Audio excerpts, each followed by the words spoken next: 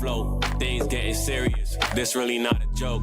Hoping that you make it to the end on a righteous note. Hope you endure through it all and you finish strong. Get to meet your maker when he see you, he see no wrong. Don't be lukewarm, gotta choose which side you want. Don't be lukewarm, gotta choose which side you want.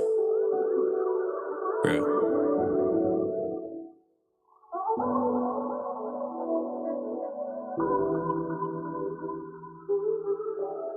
Dear Father, have mercy on a sinner like me. Sometimes it's hard being a man that you want me to be.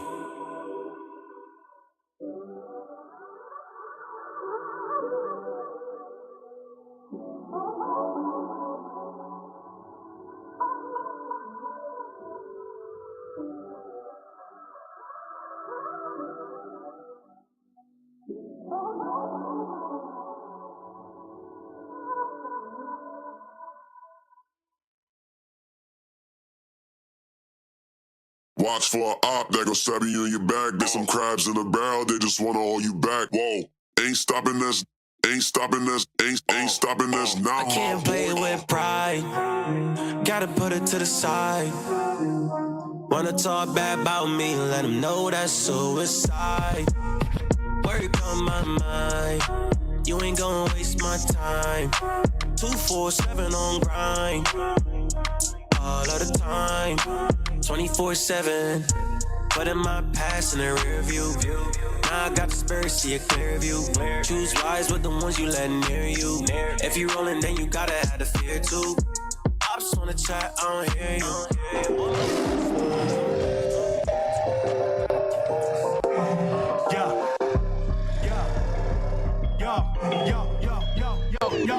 Yo. All over the world, we about to go. Truth is coming out, that's what you need to know. Blacks and Hispanics is the Israelites, you need to know. You ain't never gonna hear this from a pastor though. You done ended in the den with some lions. You done ended in the den with some lions. You done ended in the den with some lions. Think you coming in here with your sin, don't even try me on the mission. Telling Israel to repent before you come in. Every city on the corner in your hood is where you finding us. Casting out imaginations, Christians might not like it, but we raising up an army exceedingly, we are rising up. We all about the mission, we living until the kingdom come. Destroyed for lack of knowledge, so that's what we here to give up. Listen to the people, cause although we have no equal, we out here living so evil and comfortable living feeble. All over the world, we about to go. Truth is coming out, that's what you need to know. Blacks and Hispanics is the Israelites, you need to know.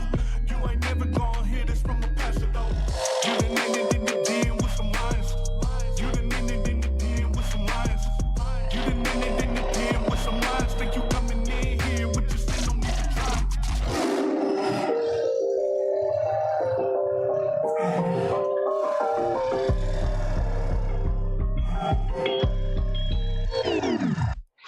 All right. Check. Hey, I'm back, and I have no Judah in the mic. You go halfway across the world, come back home with no Judah in the mic. What?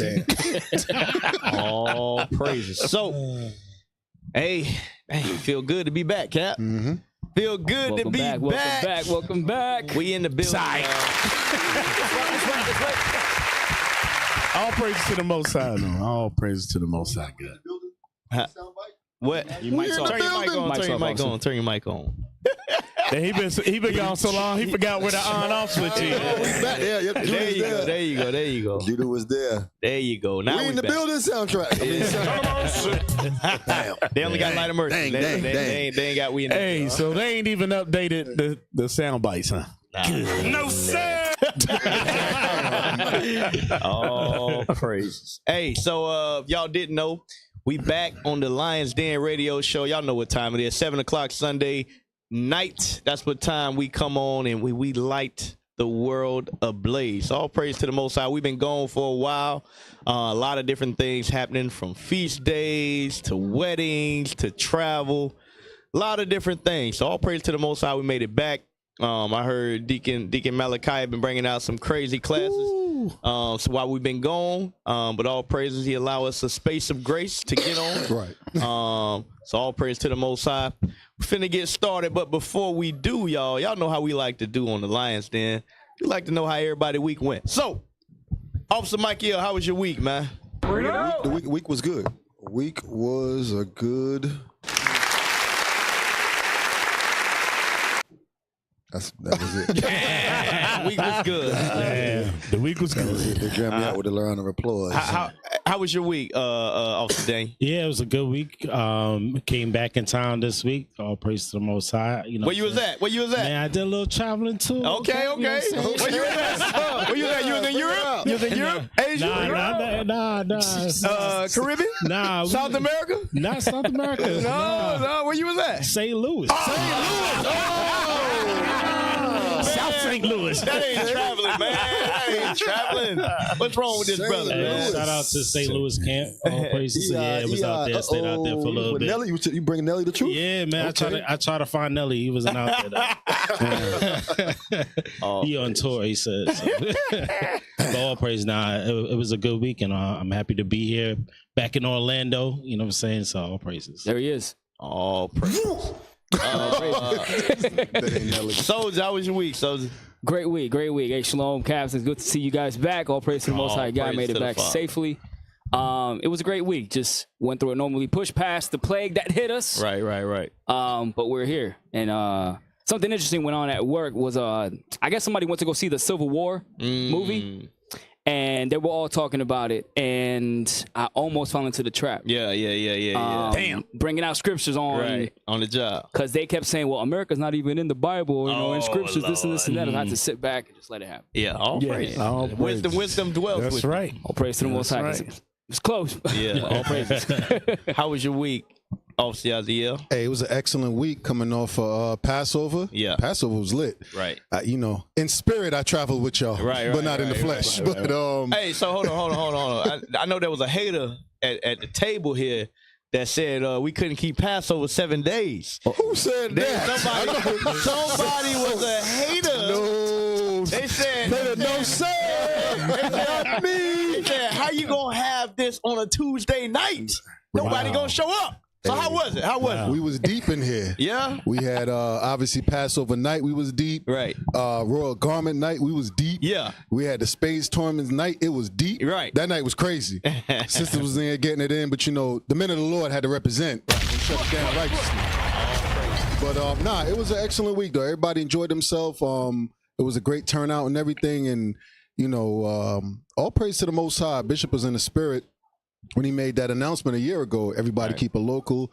Obviously, a lot of funds got raised for the land donation. All praises to the Lord for that. But yeah, everybody enjoyed themselves, closing and all.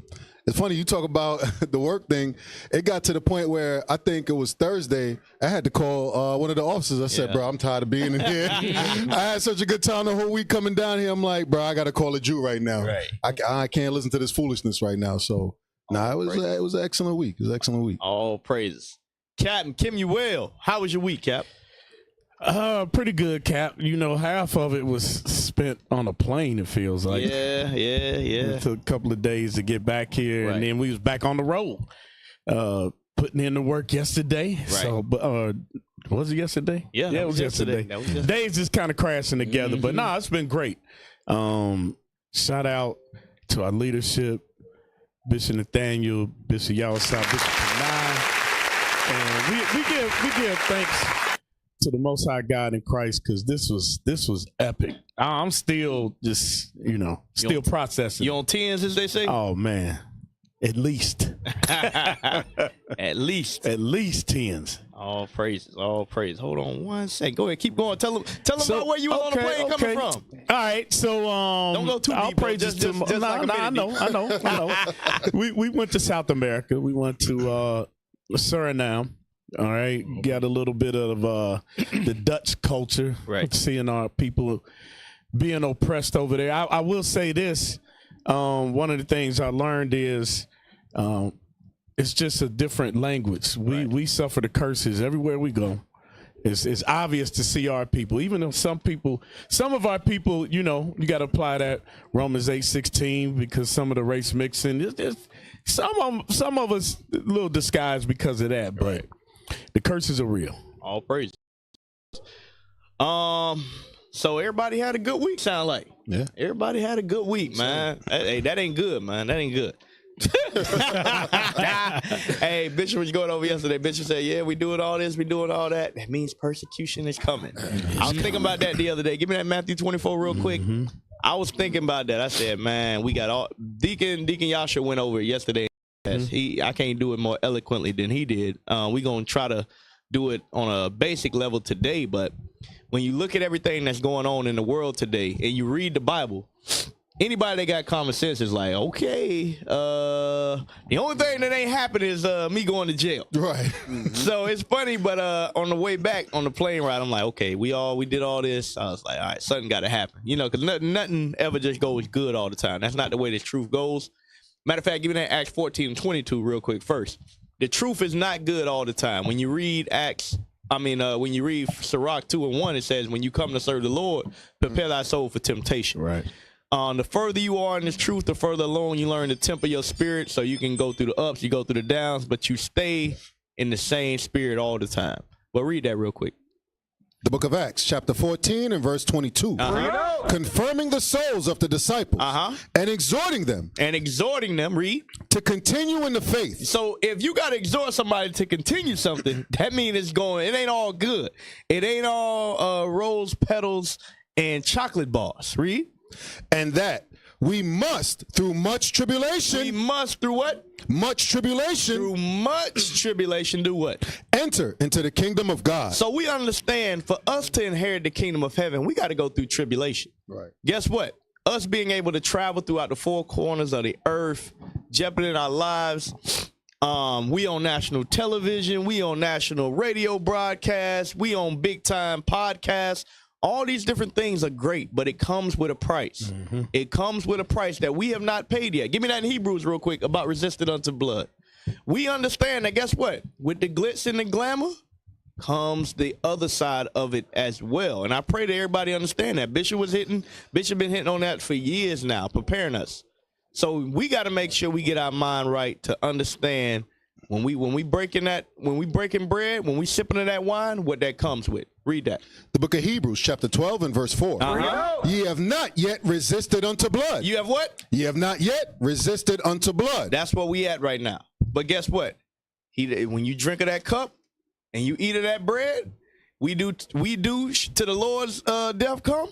That's what we agreeing to. That's what we agreeing to, and that's what we waiting on. Those that are spiritually inclined, those of us that understand the mission, we understand that's what's on deck. There ain't too much more for us to do. Right. Bishop already broke down all the books of Revelation. Hey. He already broke down Daniel. He already broke down Ezra. So, give me that Daniel real quick about the seals being open. The seals been open. Okay, that's one check. The white man's been revealed. We've been calling the white man the devil since the 60s. Okay, the man of perdition been revealed.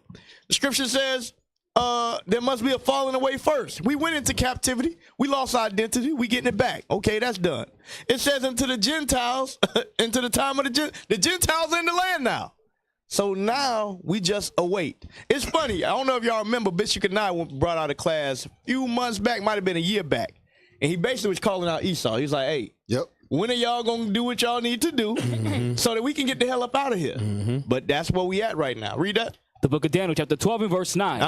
And he said, go thy way, Daniel, for the words are closed up and sealed. The words are closed up and sealed. Read. Till the time of the end. Till when? Till the time of the end. So if you don't know what time we in right now, something's wrong with you. Right. The Bible's not sealed no more. We go through these scriptures and give you understanding on any and everything, any question you got. We can go to the Bible and give you precepts to make sure that we clarify what we're teaching. So understand, it says it's going to be sealed until when? Until the end. Until the end, y'all. So that's where we at. Y'all got to understand how close we are to being delivered out of this land. And more so, we got to understand, we got to get ourselves together. We got to repent of our sins. We got to examine ourselves and get ourselves together. Now, give me that Matthew. I want where it says they're going to be given in marriage in the end times. Might be 13, I'm sorry. But the days of Noah, that's what I want. As in the days of Noah, and it's going to lead us into our next couple of videos. Also, I forgot, y'all. Call in. Is that the number on the screen, y'all? That's the right number? 407-494-5479. Call in. We ain't heard from our guest in a long time. We want to hear from our viewers. We want to know, how was it without us on Lions Den? We want to make sure y'all appreciated the show while we've been gone. What y'all been filling in on? Fill us in with what's going on. Make sure y'all call in 404-494-5479. We want to hear. Pull up on me. Yeah, that's what it is. That's what it is. You got that verse? Yeah. So the book of Matthew, chapter 24 and verse 37. But as the days of Noah were, so shall the coming of the Son of Man be. So, understand, y'all. In the days of Noah, so shall the Son of Man be. Guess what? They was mocking Noah. Yep. Everybody was living their life just like normal. What happened? That rain started. But guess what? It didn't stop. Right. Just like the missiles going over in Israel, guess what? We see it now. It stopped. There's going to be a time when the missiles just start going. They ain't going to stop. They ain't going to stop. And then it's going to be like, oh, snap. Yeah, and it's going to be too late. Right. It's going to be too late. Read. Keep reading. For as in the days that were before the flood, they were eating and drinking. They were what? Eating and drinking. They were eating and drinking. Just like right now, you can go eat, drink wherever you want. You can go fast food. You can go dine in. Yeah. You can go high class. Whatever you want. You can get it right now in the world.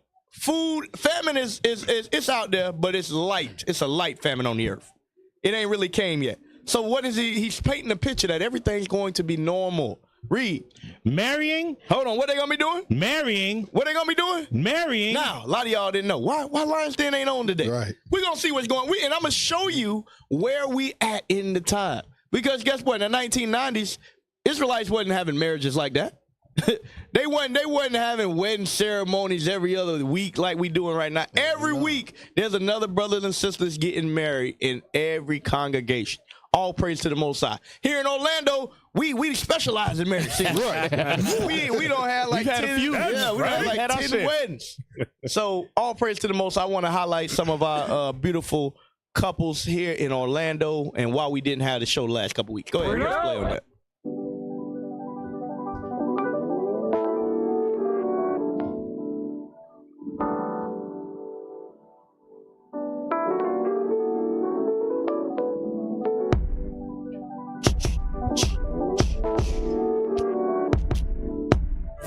You call love, baby. Where that brother at? Why he ain't on the show? Me and you. He's sharing up his marriage. He's taking his year. This is what you call love, baby. Enduring in this truth. All praise for righteous music. We ain't gotta play Jodeci no more. All praise.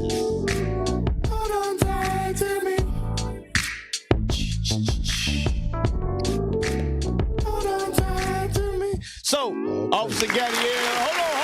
I know you're ready. Hold on. My turn. So we had one wedding. All praise to the Most High. Officer Gadiel got married. Him and his beautiful wife, they now in Orlando. So all praise to the Most High for that. And that's for you haters out there. That's for you haters. Hey, yesterday we at the event and the women kept coming up. Are y'all gay? No, we not gay. We not attracted to hood rats and whores. Right.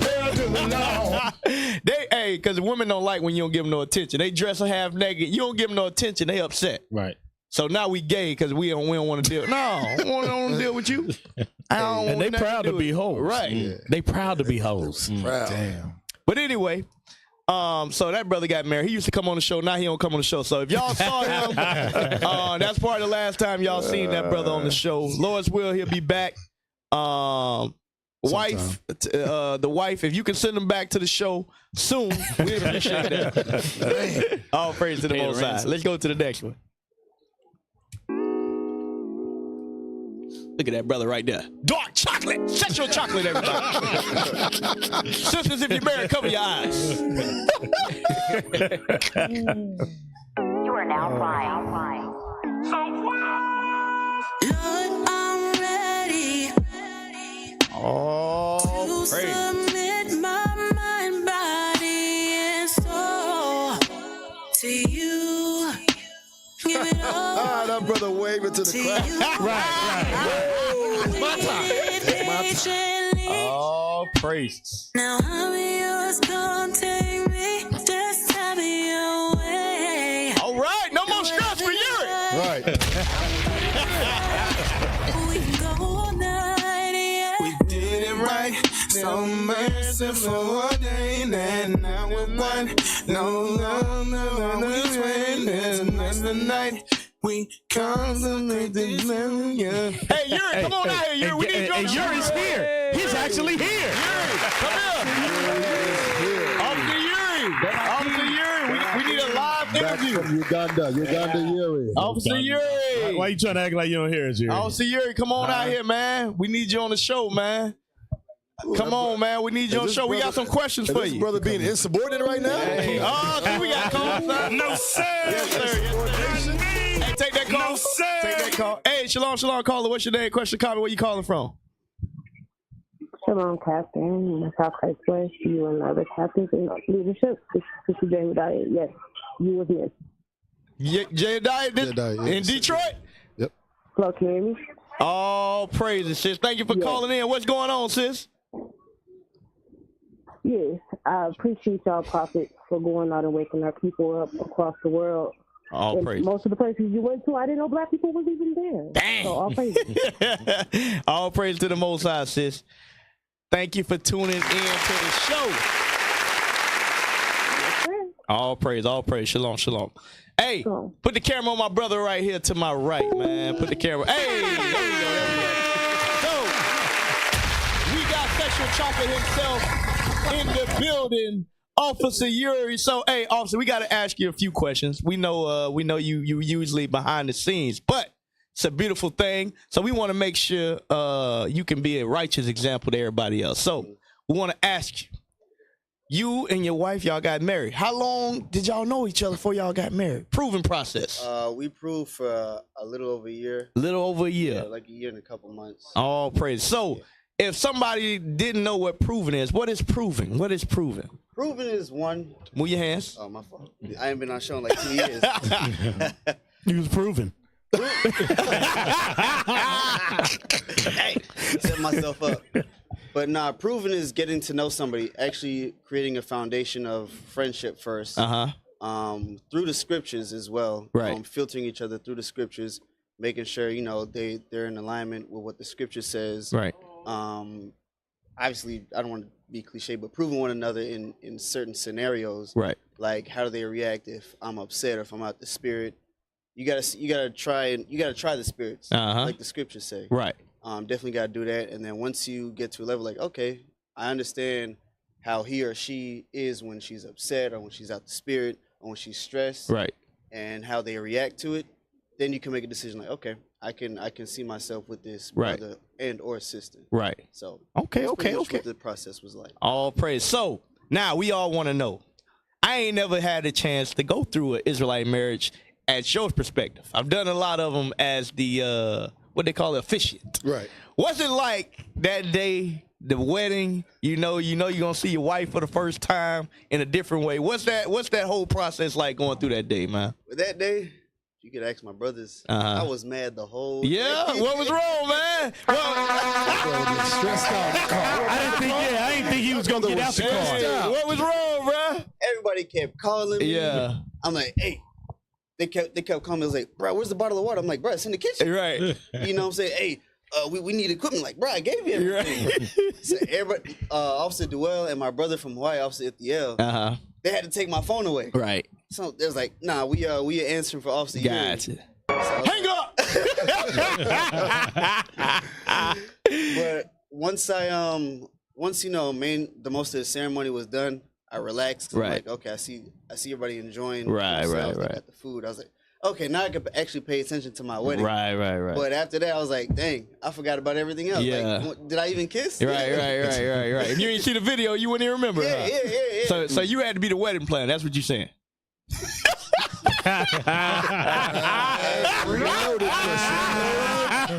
That question is loaded. Answer. Tread lightly on the answer. If you want something done right, you Right. get it done yourself. Okay. I like that. All praise. So, Y'all had the wedding and then you went missing. Where y'all went, man? Tell us about the honeymoon, man. Giggle like a little 12-year-old boy.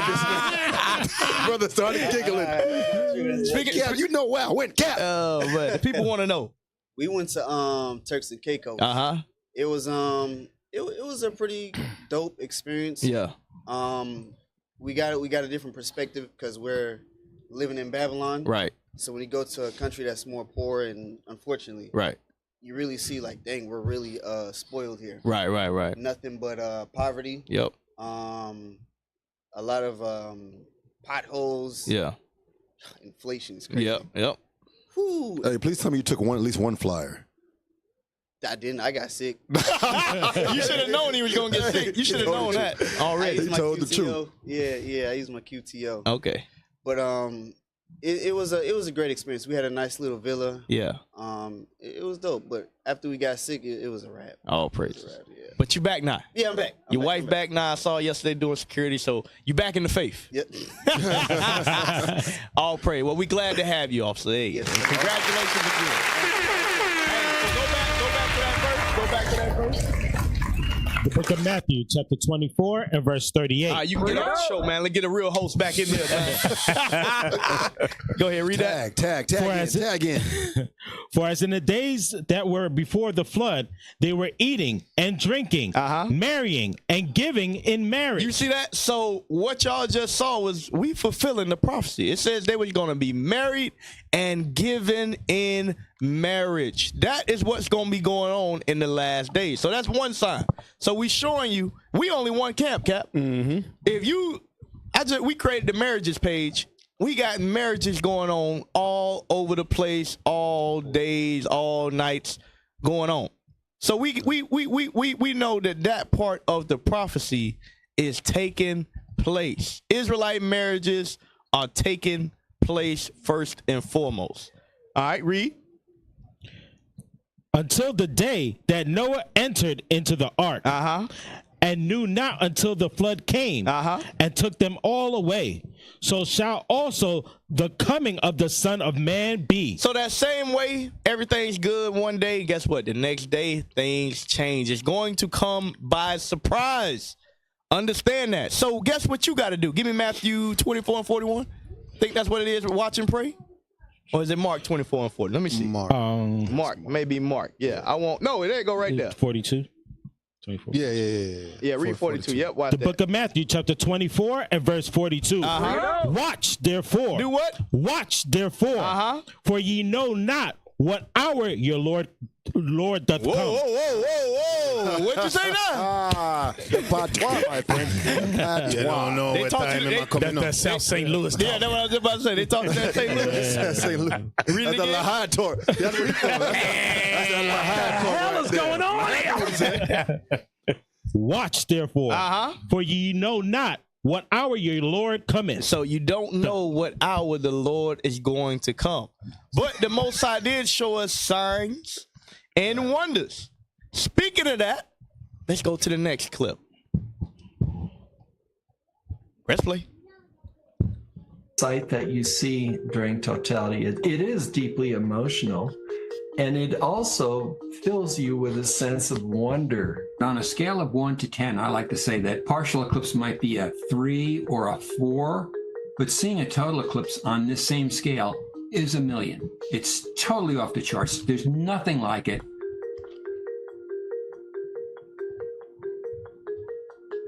Just before totality, the light will rapidly dim. Shadows will become sharp. You might see a phenomenon called shadow bands. And then in an instant, it's dark. You'll look up at the sun and see the most amazing sight, the black hole of the moon superimposed against the sun's corona. And most people get a very visceral reaction to seeing a total eclipse. There's something in the pit of your stomach that says something is wrong here. This doesn't seem natural. It's so unusual and startling. Then after about 4 minutes, sadly, the eclipse will come to an end. You'll see the phenomena called a diamond ring the dazzling interface between totality and sunlight when the tiniest bit of the sun is visible.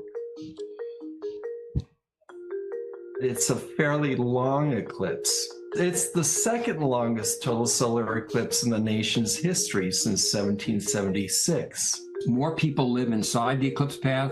The path is wider. It's almost 60% wider. The duration is about 4.5 minutes maximum when you're down in Texas. And by the time you get up to Maine, it drops down to about, I believe, 3 minutes in the center of the path. So it's important to be near the center, and it's the further south you are, the longer the eclipse is going to be. So if you're within only a 2 or 3 or 4 or 5 miles of the path, you're going to see a very short total eclipse, maybe only 5 or 10 seconds. Whereas if you're near the middle of the path, you'll get 4 minutes or 4.5 minutes.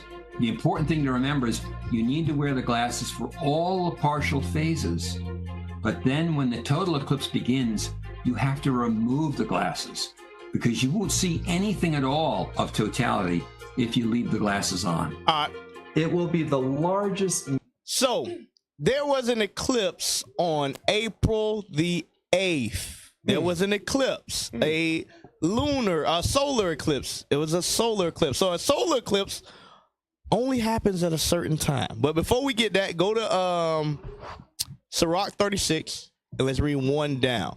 Because remember, we just said, watch and pray. Watch and pray. The Most High is going to show you different things to let you know where we at. It's not by chance that Passover took place on April the 8th this year. The same day we had the Passover, guess what happened? We had a solar eclipse. The first time that's happened, I don't know when. Right. I don't know when's that happened.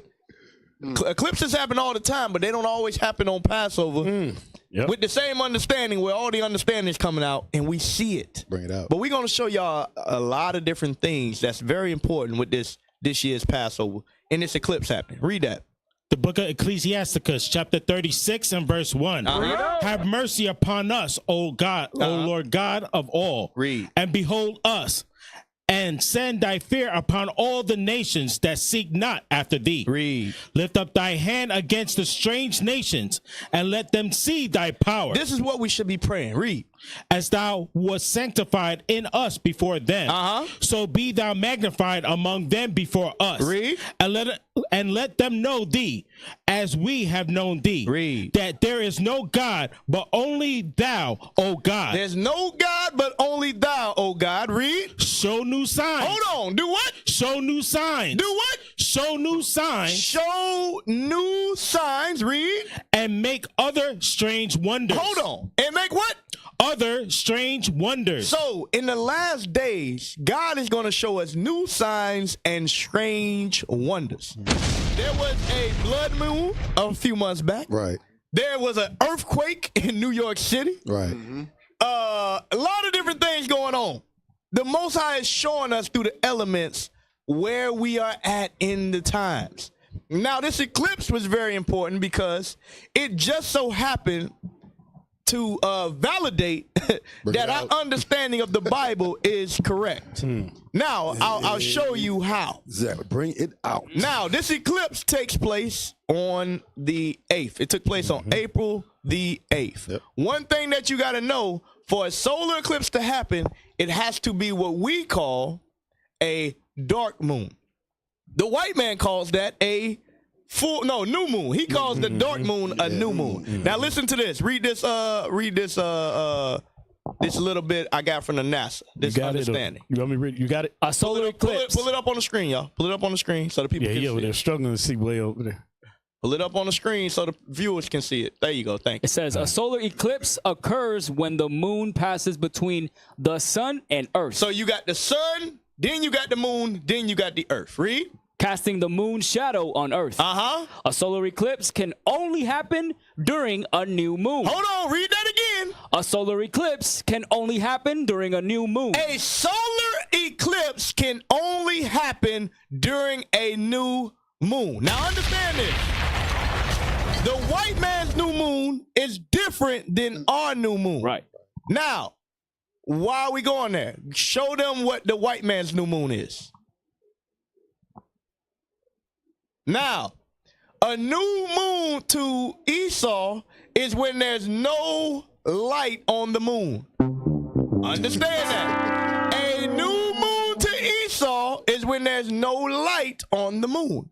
Now, we're going to show you that if that is the case, what happened when Christ was crucified could not have taken place with that understanding. Watch, we're going to show you. First off, let's validate Christ, what happened during Christ's crucifixion. Matthew 27 and 45. And then somebody find me where it says it was Passover, that we could prove that it was Passover. The book of Matthew, chapter 27 and verse 45. Now from the 6th hour, there was darkness over all the land until the 9th hour. So that darkness that went over the whole land was a solar eclipse. Now this can only happen during what phase of the moon? During the dark moon, when there is a dark moon. So what did that mean 14 days before? What took place on the 1st of the month? A full moon had to be there, or what we call a new moon. What does that show us? Christ kept the days the same way we keep the days. And this kills all you dumb scientists and Egyptologists that want to say, how do we know they had 7 days and what calendar did Christ? Oh, guess what? In 2024, somehow we understand that these days still fall in the same exact order, the same way it did before time. Let's get further proof. Y'all got the scripture? I got you. Read that. The book of Matthew, chapter 26 and verse 17. Now the first day of the Feast of Unleavened Bread. Hold on. Now what? The first day of the Feast of Unleavened Bread. The first day of the Feast of Unleavened Bread. Read. The disciples came to Jesus, saying unto him, Where wilt thou that we prepare for thee to eat the Passover? Hold on. Where wilt thou what? Where wilt thou that we prepare for thee to eat the Passover? Now, so they was getting the Passover ready that night. So that means that night, they broke bread together, they ate the lamb. The next day, he was taken and crucified. So on that day, what happened? There was a solar eclipse. Now go to Leviticus. Let's show what day Passover takes place on. Y'all make sure you taking notes. This is a killer to anybody that want to debate calendar and days and all that. This destroys their whole argument. Their whole argument. Read that. Leviticus chapter 23 and verse 5.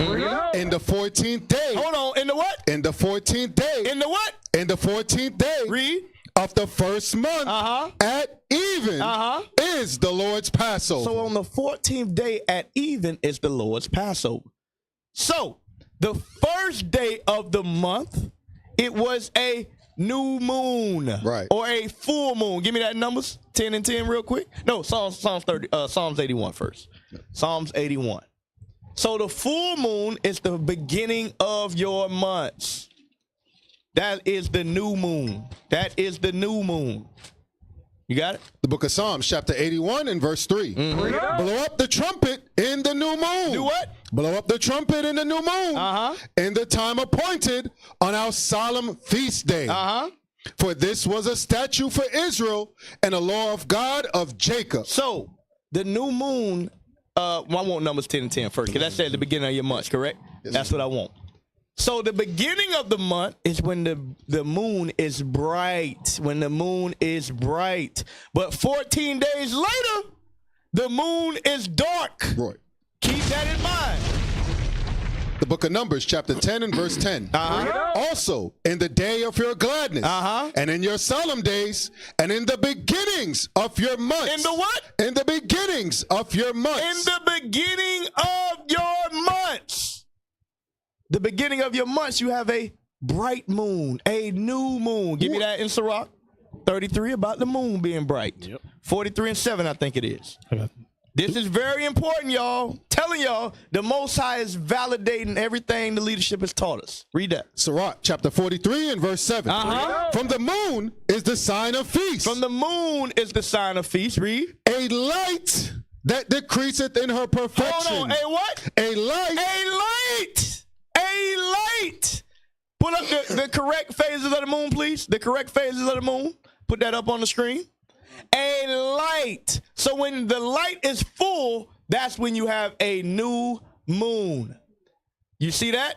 14 days later, you have a what? A dark moon. Right. The top is when the first day of the month. The bottom is the 14th day of the month. The bottom is when the Passover took place, is when what? Christ was crucified. Can we verify that in 2024? Absolutely. Right, we can. Now, pull up that article. Pull up the article. Hey, Cat, while they get that. Was you going to hit Exodus? Go ahead, bring it out before we get it. Just get Exodus 12 and 2. Just to back up the point. Yep. Cap is Did y'all bring it on the screen? Exodus chapter 12, verse 2. Put it up there while we read it. Just put it back up there. What you had? The book of Sirach 43. Hold on a second. Let them get that up there. All right, now read that. Exodus 12 and 2. The book of Exodus, chapter 12 and verse 2. This month shall be unto you the beginning of months. It shall be the first month of the year to you. So now, how would you know that? Right. If it was a dark moon, There you go. couldn't see the moon. There you go. There you go. Got him. It's like saying, I bought a new shirt. Right. I There you can't go. see Where it. is it? I can't see it. I can't see it. It is a sign. So, man. what I told you to get. Oh, yeah, get the article. Get the article. Where they debating about when Christ, when the thing happened. Did I post it in there? Yes, sir. Okay, there we go. There we go. All right, start from the top. Let me pull it up so I can tell them where to go. Let's start from the top, though. Right at the title. Yep. Sir. Was Jesus crucified during a solar eclipse? NASA shows one occurred in 33 AD. So NASA able to go all the way back to 33 AD. Y'all didn't know the white man had NASA back then. Somehow they able to track it. I don't know how, but they did. This man is the damn devil. Right. So read that. Based on both the Bible. Hold on. Based on both the Bible, read. And some scientific data. And science, guess what? The science verifies God as well. Just like you can go back and you can see the chariots of Egypt in the bottom of the Red Sea. That's right. Just like when you go over there in that part of the land and you look up where Sodom and Gomorrah is and you see salt all over the place. Right. It's all there. It's all there. Y'all got all these billions of dollars. Just go there and look at it. Go ahead. Based on both the Bible and some scientific data, it might seem reasonable to think that a solar eclipse, like the 1 millions of people will view on August 21st, occurred during the crucifixion of Jesus Christ. Now, scroll down. Hey, you know it's crazy how they want to justify their science by using the Bible. In 2012, yeah. Go to in 2012. German researchers. You want Cap? The same article. There you go, right there. In 2012, German researchers. Gotcha. In 2012, German researchers looking at earthquake data along with biblical clues, for example, Jesus was killed at Passover. Hold on, he was what? Jesus was killed at Passover, about the 14th day of Nisan on the Jewish calendar. Scroll down. Now, go to the bigger problem. Gotcha. The bigger problem isn't the path of the solar eclipse, scientists said, but the timing. If Jesus died anywhere near the time the Bible says, no solar eclipse would have occurred. Now, why do they say that? Because they understand, with their understanding of the moons, that could not have happened. Right. Keep going down, and go to astronomically. Yes, sir. Astronomically, Passover occurs when there is a full moon. Now, pull up what their full moon is. To them, they think the full moon. To the left, they think that's when Passover occurs. But it actually occurs when it's dark out. Right. Because they flipped it.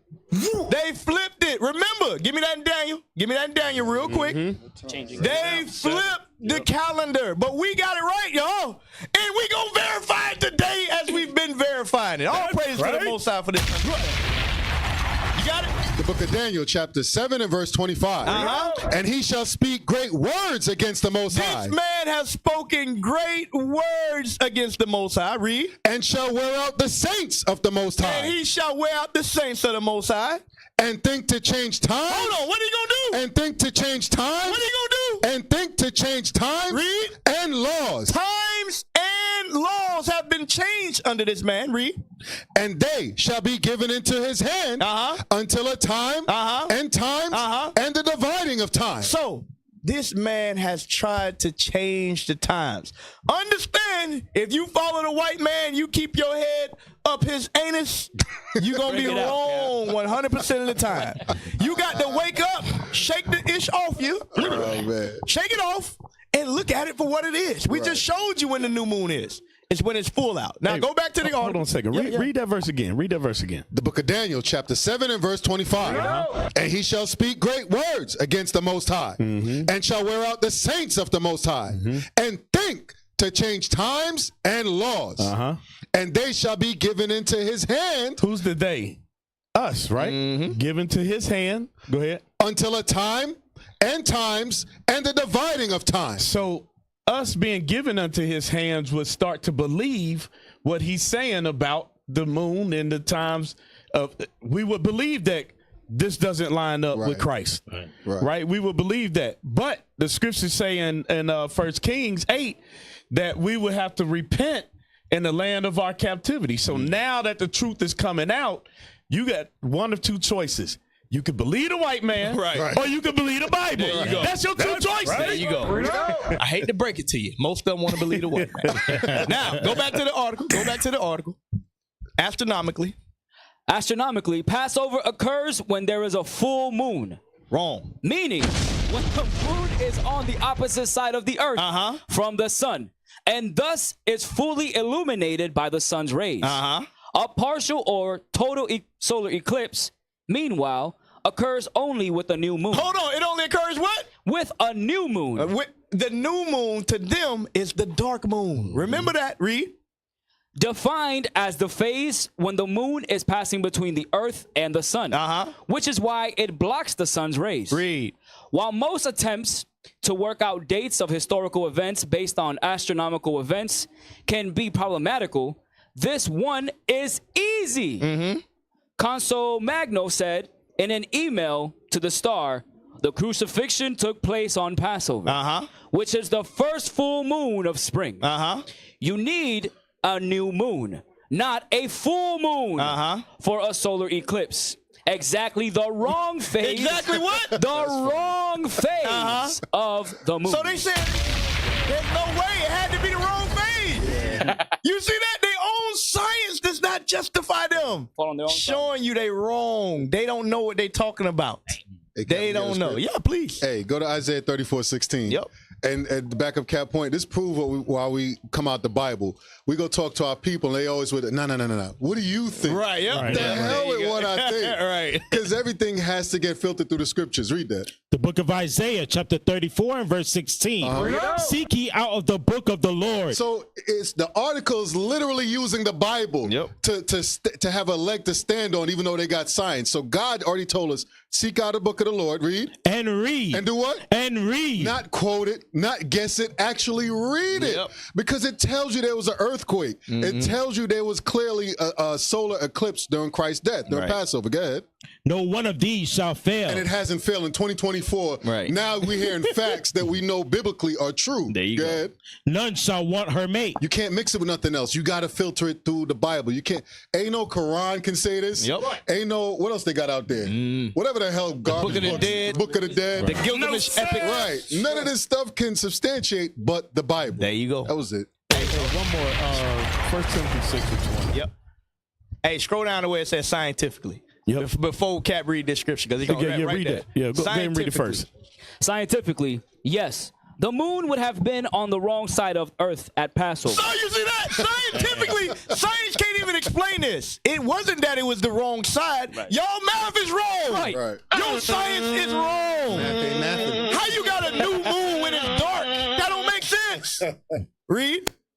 Making a solar eclipse during the crucifixion impossible. Hold on. What it would make it? Make impossible. It's impossible with y'all phases of the moon that you got, Mr. White Man. Right. This clearly validates that we are keeping the days the correct way. Right. Go ahead, Captain.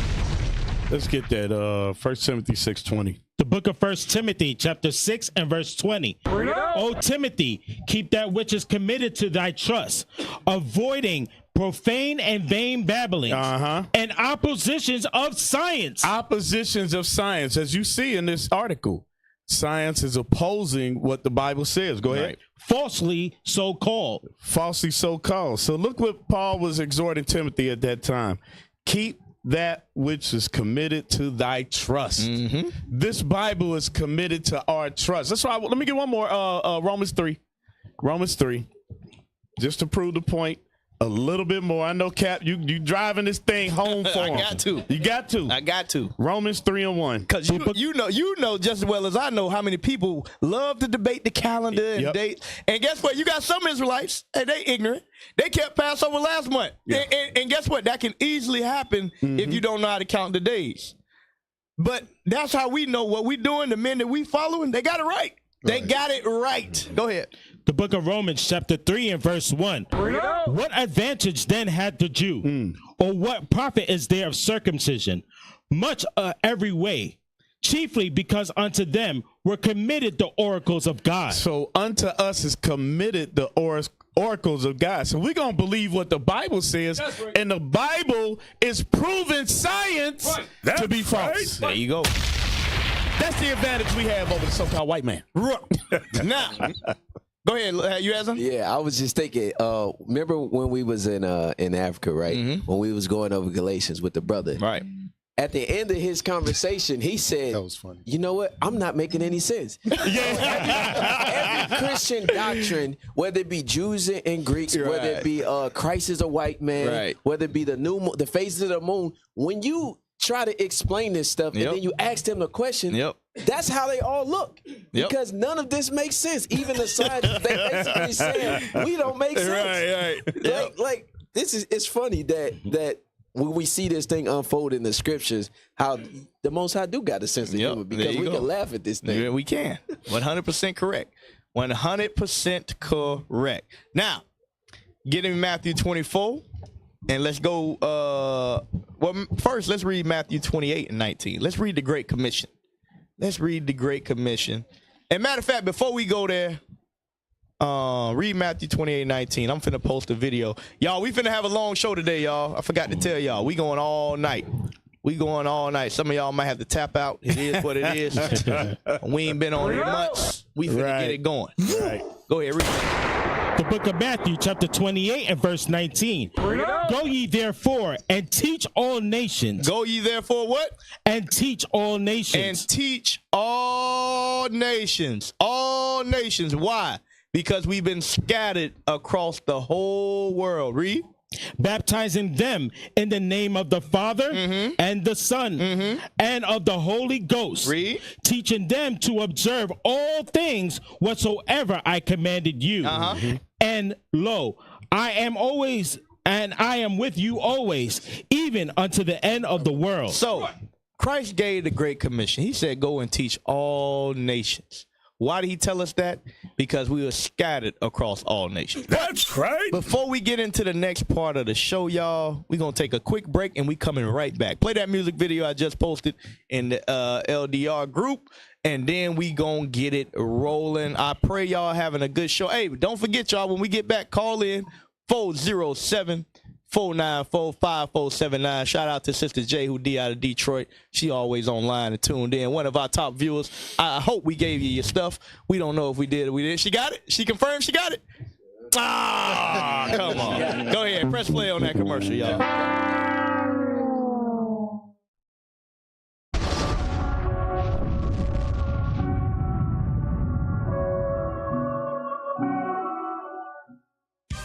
As the 7 seals of the apocalypse are broken one by one, we move closer to the end of the timeline. Some biblical experts contend that the seals have already begun to break, setting the stage for a final cataclysm. If this is true, what could happen and when? Hey, I done seen the future in America won't make it. I can look at Europe and I see it for the taking. China's about to fall, the economy is breaking. We ain't asking for the kingdom, man, we about to take it. World domination, we gon' take it. I don't need your money, yeah, we coming out the matrix. The London Bridge is falling, the Eiffel Tower falling, Statue of Liberty is falling. Call that world domination. Not in the zodiacs, but the stars line are right. Thought that was a plane, that's an angel made of fire. The Lord gon' flip the cars and it started with a fly. You been sitting in the church while your pastor teaching lies. We after the world domination. For the blacks, Hispanics, and all of the natives. For Dominicans and Haitians and Jamaicans. Like bleach to a white tee, you nations can't fade us. We gon' take this kingdom, break it down and build it up. Bring their treasures in the stars, tell them fill it up. All the nations drunk the cup, tell them sip it up. Even if their bodies dropping, they ain't get enough. If you not walking in the way, better get up out the way. Better watch your words, cause he writing what you say. If you work iniquity, then death you getting paid. Judgment coming soon, I can't wait to see the day. I just seen the vision, presidents and politicians, all they kings and all they princes, everyone was bowing down. With the rod of iron, lift the banner up to Zion, speak against it, then you dying, beating nations to the ground. I done seen the future in America won't make it.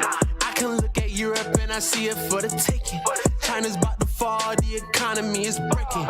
We ain't asking for the kingdom, man, we about to take it. World domination, we gon' take it. I don't need your money, yeah, we coming out the matrix. The London Bridge is falling, the Eiffel Tower falling, Statue of Liberty is falling. Call that world domination. I just woke up feeling like I run the planet. Just like Jeremiah, you know that the Savior planted. They know we ordained to be a prophet, so they panic. With my rod of iron, I'm about to do some damage. When them waters open, I ain't trying to talk. All them babies getting rocked on the center block.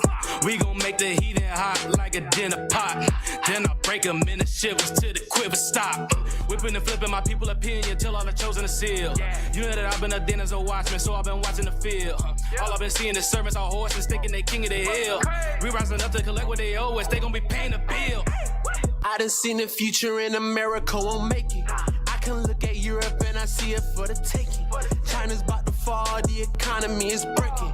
We ain't asking for the kingdom, man, we about to take it. World domination, we gon' take it. I don't need your money, yeah, we coming out the matrix. The London Bridge is falling, the Eiffel Tower falling, Statue of Liberty is falling. Call that world domination. World domination. Mic check. All right, y'all, we back. Can y'all hear me? Mic check. Can y'all hear me? Yeah, I can hear I feel you. like I can hear my. Check. Nah, I still don't have no Judah in the mic, but it's, you know. Mic check. I can't hear myself. That's number 8. Number 8 for the Judah. You can put some Judah in number 8. There we go. Appreciate you. We good. All right, y'all. So we back. Had to take a quick commercial break. If y'all haven't got the album yet, get that Psalms 149 Vengeance. Psalms 149 Vengeance available on all streaming platforms. Shout out to Miami Camp bringing that heat. So now, y'all, we about to get into it. Oh, got to take a call first. Shalom, caller. What's your name? Question or comment? Where you calling from? Camp bringing that heat. Shalom. What's going on, sis? What's your name? Question or comment? Where you calling from? I'm calling from New York. This is Tasha calling from New York. I want to say congratulations on to the prophets for the international blitz. All praises. And I want to thank leadership for bringing us Deacon Anton back. all praises to the Most High. That's right. Thank you. Hey, all praises. Hey, shalom, sis. Obviously, everybody's favorite teacher is Bishop Nathaniel. Right. But my favorite teacher growing up is definitely Deacon Ithon, even to this day. The deacon is a beast. His understanding on the Jews and Gentiles. What is it? What was the name of the class he did on Northern Kingdom? Ephraim, Strangers, and Gentiles. Yep. That class right there, man. He made that. He make that thing so simple, bruh. Deacon is a beast. All praise to the Most High. Shout out to Deacon Ithon. Back. All praise to the Father. The Doctrine Slayer is back.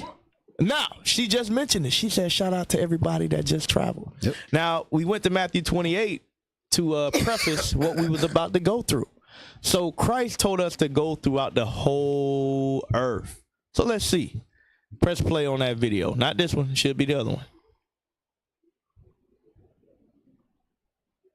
The World Blitz. No. Brothers. The World Blitz, brothers. Come on. Yeah. The world scoffer right there. Yeah. I don't know. Maybe I didn't put it in there. Let me see before I get mad at him. Nope, it's in there. Video number 8. It's definitely there. Video number 8. It says definitely.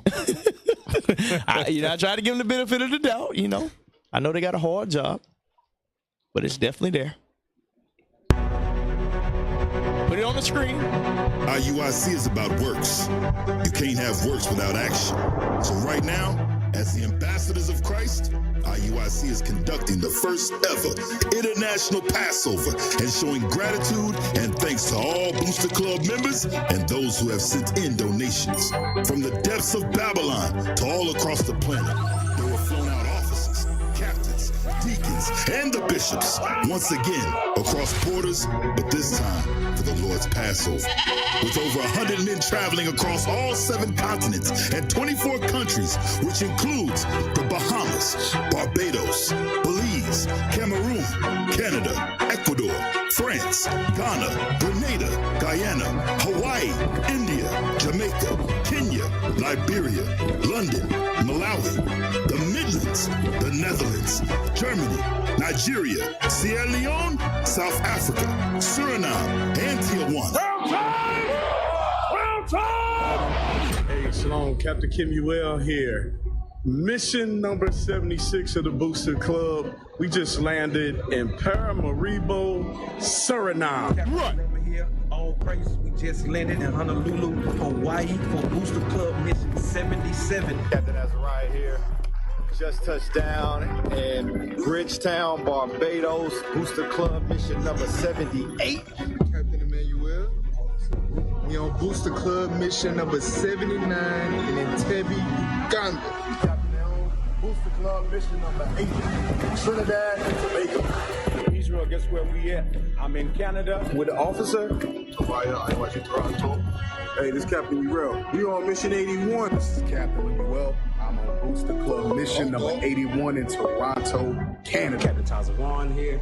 Just landed for Booster Club Mission number 82 in Georgetown, Guyana. Captain Abiel here. Booster Club Mission 83. Tijuana, Mexico. It's Captain Ben Zion. Booster Club Mission 84. The long way, Maui. Made it out here to the long way, Malawi. This is mission number 84. This is Captain Adan. We're Booster Club Mission number 85 in Kingston, Jamaica. Follow here. Booster Club Mission. All right, pause the video. Pause the video. Somebody calling. I guess they got something to say. Take the call. Oh, they hung up? All right. Go ahead. Press play. Hey, UK. Captain Gideon here. We're on mission 7 in Paris, France. Hey, Shalom. It's Captain OC. Captain Matthew. We're in Freetown, Sierra Leone on Booster Club Mission number 88. Captain Zakar. I'm on Booster Club Mission number 89 down here in Nassau, Bahamas. Captain Zephaniah, Booster Club Mission number 90 over here in Quito, Ecuador. Here, Captain the Red. We're here in Lagos, Nigeria for Booster Club Mission 91. Captain Jan, and to my left, Captain Joel. We're on Booster Club Mission number 92 here in Monrovia, Liberia. Captain John here on Mission 93 in South Africa. Captain Shemaiah here. And I'm on Booster Club Mission number 93 in Johannesburg, South Africa. Captain Hananiah here on Booster Club Mission 94, touching down here in Yaoundé, Cameroon. Captain Shem just touching down. I'm on Booster Club Mission 95, just touching down in London, England. Captain Soraya here at Booster Club Mission 95 here in Heathrow, London. Captain Gad, I'm on Booster Club Mission number 96, Kenya, Africa. Captain Enoch here on mission number 96 for the Booster Club here in Nairobi, Kenya. Isaac here with Captain Joel.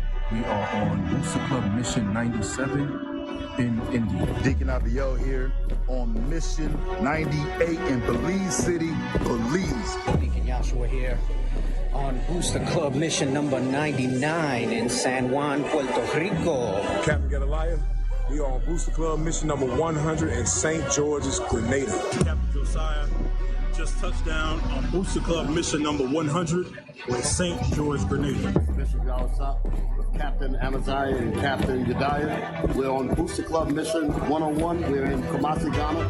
Hello, I'm Bishop Nathaniel here with Captain Ashanel, Officer The General! We're here on the Booster Club mission 103 in Amsterdam, Netherlands. The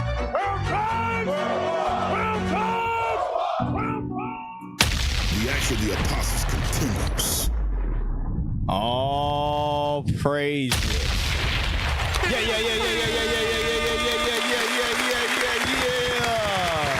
Hey man, I can watch that thing a million times. It never get old, man. Never get old. So all praise to the Most High. So Christ said, "Go forth and teach all nations." So what we do? We go forth and teach all nations. Y'all see, y'all like to make the Bible real deep. Make sure y'all make a reel of this. There's a brother that's always on our IG talking about hermeneutics and all this. Right. Give me the hermeneutics on going forth and teaching all nations. I need the hermeneutics on that. And I need you to show me you sending your people across the whole world with your understanding teaching your people. Hey, Cap. Until then, just be quiet. Herman came and snatched him and bought him on the side of the earth. Right, exactly. Why, damn. Oh, man. So all praise to the Most High. Read that again in Matthew 28 and 19 so we can get the context of why we did what we did. The book of Matthew, chapter 28 and verse 19. Go ye therefore and teach all nations, baptizing them in the name of the Father and of the Son and of the Holy Ghost, teaching them to observe all things whatsoever I have commanded you. And lo, I am with you always, even unto the end of the world. You know what's funny about that?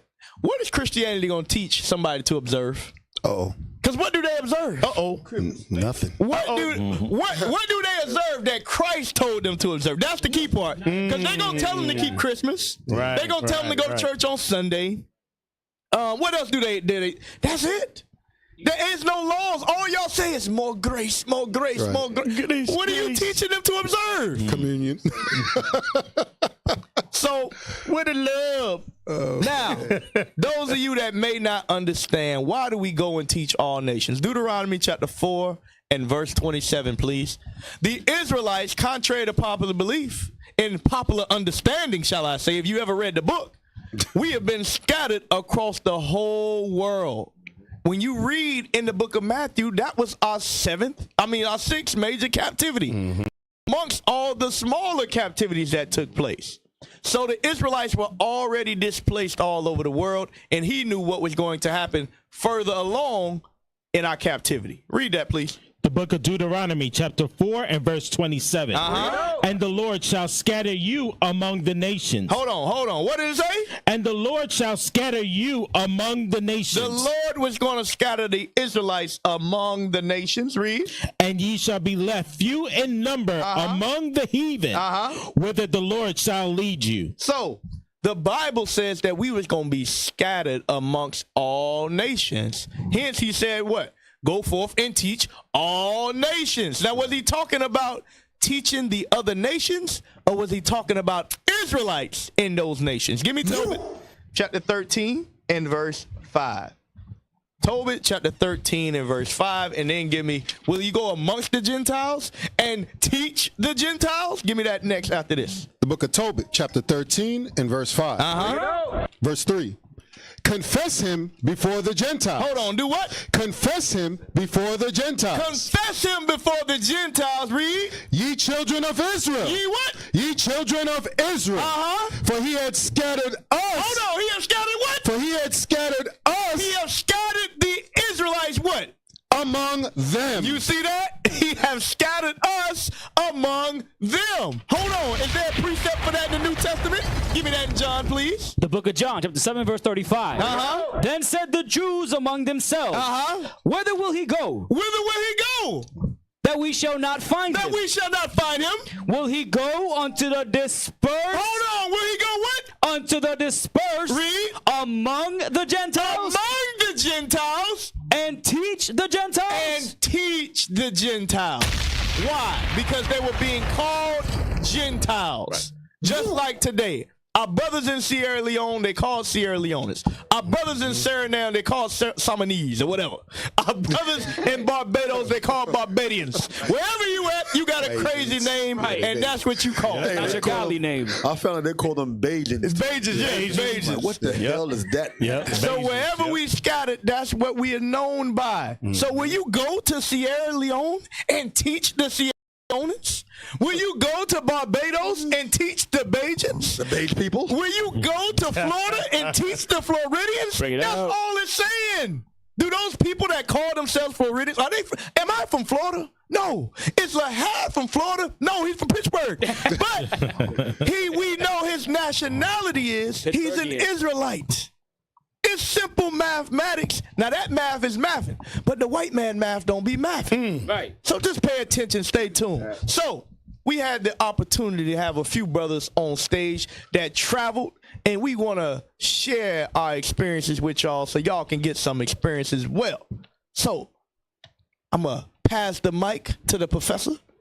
Captain Kim Ewell, what you got, Captain? I was looking for the professor too,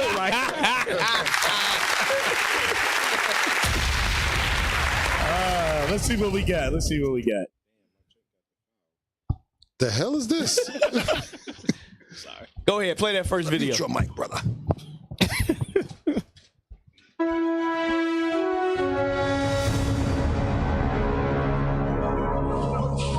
They cannot believe it. You said Jesus not a black man?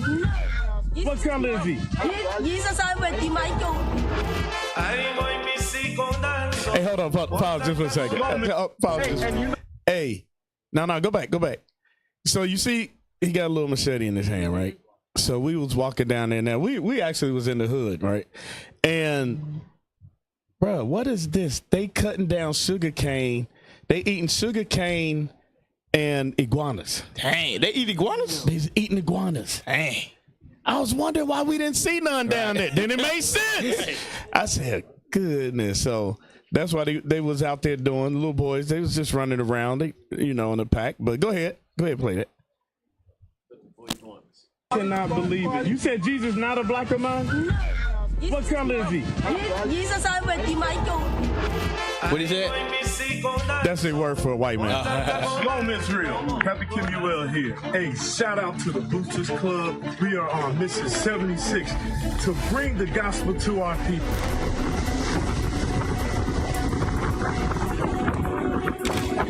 Yes, there's a lot of piranhas here in the Sisters not getting bit. They wash their clothes. The people used to it. They just shoot the piranhas away.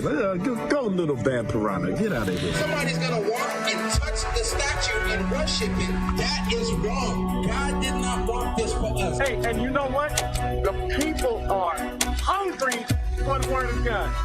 There was a man that was after washing himself in the puddle. In the puddle. And in the puddle was dirty. Do you love your people? Hey, do you? Yes or no? Do you love your people?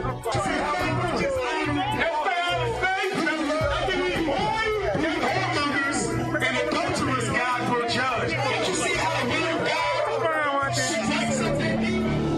we wrapping up camp. We was at camp. How long was we at camp today? 5 hours. 5 hours. Back-to-back days. Hey, say it. You got it.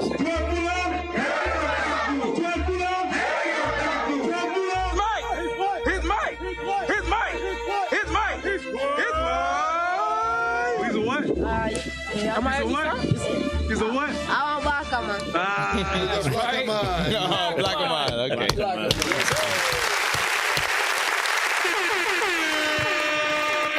So the little boy is the effects of Catholicism.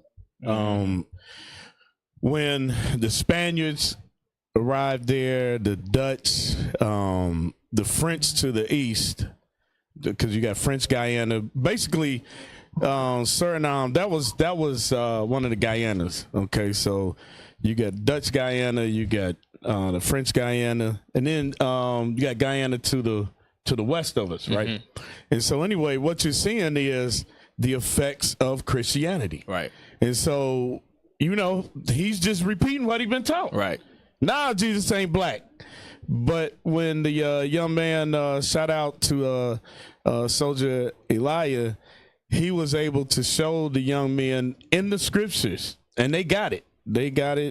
And it was like, yeah, he is black. So, it's beautiful to see that, because a lot of our people down there, especially the older generation, they want to stop the ears of the children from hearing.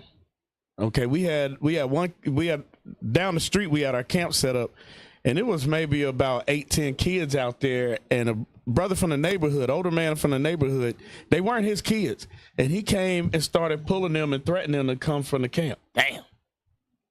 Tragic.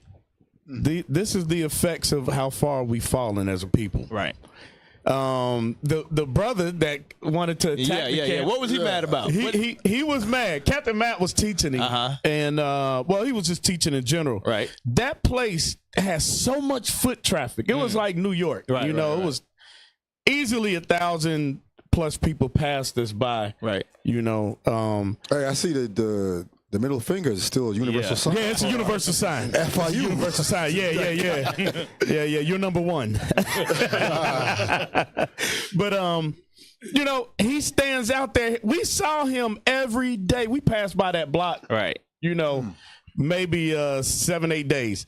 And he was out there every day. They say, yeah, he out there. He's a big whoremonger, and he be out there to get the women. And so we went into marriage and whoremongering, and he was livid. I'm gonna use that word. He was livid about that thing. So he wanted to come up and get physical, because Captain Matt told him, look, man, quit trying to stick your rod in everything that walk past. So, but we got another one. We got another video. Yeah. Play the other one.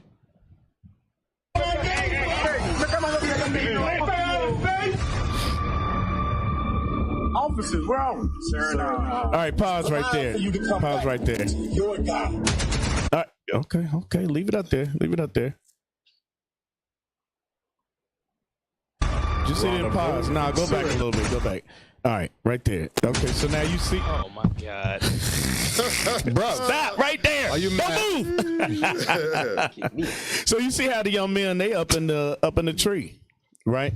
Again, we had a couple of the local brothers, soldiers. They were teaching, and the young. It's a lot of times it was the young men that were coming out, which is great to see, because you don't see that here a lot of times. But we stayed in that spot, I don't know, maybe 30-45 minutes while they were teaching. We are really, that's the jungle. That we are really in the jungle. We left the city. It's hour or two ride to get to where we were. Guess who's in the jungle with them? Moab. Damn. Moab is everywhere we are, because you think, we in the jungle, don't think Tarzan. They out there, they make money, they got jobs and all of that stuff, right? Moab is out there because they know wherever we are, we gonna give our money away when we get it. Damn. And they got all the stores. What? Hey, how you see women wearing weave in the jungle? No. Bruh. Come on, man. They sweating out their tracks in the jungle? I said, man, I couldn't believe that. How does it is you wearing a hair hat out here? What the hell, So you got something. Yeah, you can get a script real quick. Yeah, go ahead. Which the picture that you're showing, this is how I know you the guys, man. We the guys, right? Go to Luke chapter 19. Go to Luke chapter 19. I ain't never seen a picture with a white man missionary and Jake was in a tree trying to get the word. I ain't never seen that before. But I know I read about the Black Messiah doing something like that happening Bring before. it out. Get Luke chapter 19, start at verse 3. That's a good one. Read verse 1 and then jump to verse 3. The book of Luke chapter 19 and verse 1. And Jesus entered and passed through Jericho. So he's passing through Jericho. He's teaching, right? Jump to verse 3. Verse 3. And he sought to see Jesus, who he was, and could not for the press. Right, because there's a lot of people crowding around y'all. Every video we keep seeing from the global blitz, brothers and sisters is flocking to the word of God, right? You barely got any room to do anything but to teach, read? Because he was little of stature. Little of stature. You got the little young man in the tree, read? And he ran before and climbed up into a sycamore tree. He did what? He climbed up into a sycamore tree to see him, for he was to pass that way. Hey, we the prophets of the Most High God, man. Straight up. From the scriptures. Zacchaeus. Yeah, that's a good one. Hey, we gotta let it play on that. We gotta let it ride on that one. Go ahead. We're on a boat in Suriname, going to a remote village. The acts of the All right, stop for a second. People are hungry. Right. Wait, you gotta go back. Come on, y'all. Pay attention. Go back a little bit. Maybe they can't hear y'all. Okay. Go back a little bit. I want you to see the water. Stop on the water. We's on the water. All right, stop. Okay, you see in the background? Like, those are actual tops of trees sticking up. Dang. And the tops of the mountains. We were at a high elevation. So what happened was, just like here in America, Lake Lanier, how they flooded the city, the Black City. What they did was for an aluminum plant, a bauxite plant that they made aluminum. They dammed up. That's the Suriname River. They dammed that river up, and we were riding above 43 villages that were destroyed. Damn. He saw the damn devil. 43 villages of the Maroons and of Asher. You know, Northern Kingdom. What did they do? Was there a civil rights protest? No, they needed to make a electricity to. I mean, did the people know before they did it? They kicked them out or what? They tell us what they want to. Yeah, they tell us what they want to, and I'm gonna tell you how it's wicked as hell, because they left the bauxite plant, right? The company pulled out of there. It was Alcoa of Pittsburgh. They pulled up out of there, and now they're taking the plant down. It's a huge plant. They got people out there working, taking the plant down. And we like, 10 years from now, when you don't see the plant, then this whole history will be hidden. Right. You won't even know about it. You won't even know about it. Because you won't see the plant, so you just think it's just normal. It was just a dam they built. Damn. That's crazy. They hide this part of that secret council, how they want to hide the things that they do. But I wanted you to see that, because you could see that the villages are beneath us on that boat right there. That's crazy. All right, go ahead. Remote village.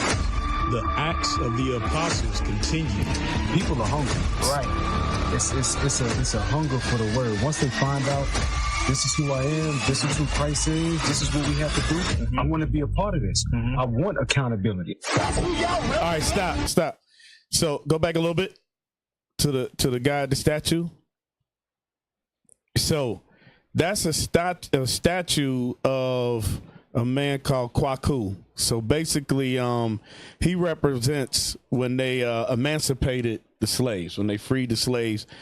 And I think it was 1863 there also. I might be a little off on the dates, but basically what they do is they go up and they worship him as if he was the one that freed them. Damn. So they this brother was there. We got camp right in the background, and this brother was there, and he was cleaning up all around the statue. Yeah, they go up there, and you can Google it. Like, they pour out drink offerings and all kind of stuff for the statue. Libations. Yep. All right, go ahead. So wait a minute. Go back a little bit. Go back to the other statue. Well, the other shrine. Stop. So in this jungle, that represents Balaam. Okay, and they made as you see the shrine. What do they call it? The altar. Right, the altar, and they pour out drink offerings to that. To this very day. Wow. Okay. All right, go ahead. time for you to come back. Your time. The Bible is for you. The law is for you.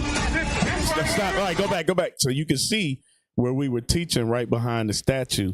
And as you saw a few frames earlier, Officer Azaniah was teaching, and that same brother that was clearing the altar or the shrine, basically for the statue, he was there listening to the word. All right. Damn. Yep. Go ahead. Matter of fact, get that in Acts 15 right quick. Get that in Acts 15. Unknown God. No. We said 15, 19, and 20. The book of Acts, chapter 15 and verse 19. Wherefore my sentence is that we trouble not them which from among the Gentiles are turned to God, but that we write unto them that they abstain from pollutions of idols. That's what you're seeing in real time. The Acts of the Apostles continue. Go ahead. And from fornication, and from things strangled, and from blood. And fornication is very big down there. Very big. There's no modesty down there, and it's the culture of what we've grown to accept as the culture. Right. I should say it like that. Go ahead. And you see how Captain Matt's teaching, and you see how he's holding up the image of Christ. Right.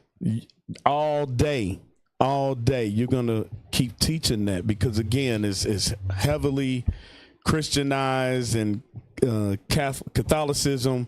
We even saw the Mormons.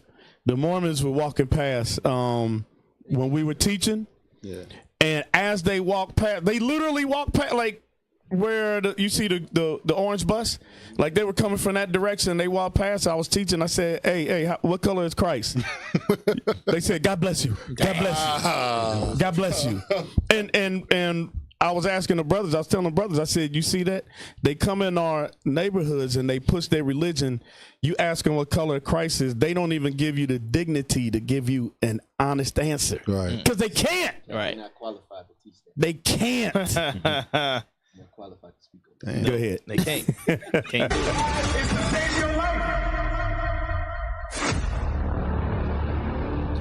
Yeah, so you know it was very eye opening. One of y'all said earlier about the poverty, and that's our people. Look, Suriname itself ain't poor. Yeah. Okay. It's a melting pot. Right. You got Elam down there. Elam runs all the gas stations. Okay, you know, as well as other stores. You got Moab down there. Moab runs all the grocery stores. Damn. Furniture, and I think they got a strong handle on the ports. Esau's in the background. Hey, the crazy thing is you could go days without seeing Esau. Yeah. You could go days without, you know. They have huge like for Islam and for Hindu, they got the big what they call it, the mosque. Yeah, mosque and temples. Okay. Yeah. And you could tell they got riches, bro. Where we were staying it was kind of like on the edge of a Elam dominated neighborhood, because they split up. Right. And man, you could tell just how much wealth in the buildings. You know what I'm saying? And it's crazy, because you go into our hoods. Right. Yeah. Matter of fact, you're going to see one right there. Let's play that one. This is the background. We in one of the poor neighborhoods, and we were talking to a brother, and he thought Christ was black. You know, we walked up on him, was teaching him. And go ahead and let it play, though. Press play. So restart over, reaction. And y'all got to pay attention to the timestamps too, bro. I know we got the timestamps on it. What language they speaking? Okay. Surin and Tongo. Hold on, this light. It's yeah. Nobody's paying attention to the timestamps. I see. Surin and Tongo is basically Negro Dutch.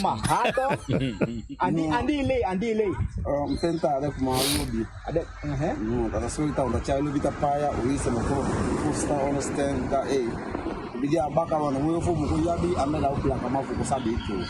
Yeah, this ikabuta wa righteous fu go fusta and I shit. That na law. Ma andi kwandi le. Nile no aqui about if was que o Jesus que pensa lá assim. Ta a sorry ta no aquela sorry ai buku ta Jesus. So see, look, you see that? Ma ande one with ma. He's holding up the flyer because he learned. Yeah. That's how important imagery is. I understand black Now black Yes, no the ubelere in fosi. They mabeko with mana gado this Jesus na gado with ma na with amade mano sa we ko denk bakatak ma in black ma kondre of na Egypte of na kana of te of Jerusalem di amakoboro tabi sta ala de kondre dat na black ma kondre ma fa katak na with ma mus de a koning voor de black ma tak na da pa koboro. Precies, dus is on the added two of false. Added two. Okay, and the heart. No, and the heart. Okay. So he's saying what we was teaching was love and not hate. I love it. I like it. Yeah, all praise. I love everything. Yeah, yeah, man. One love.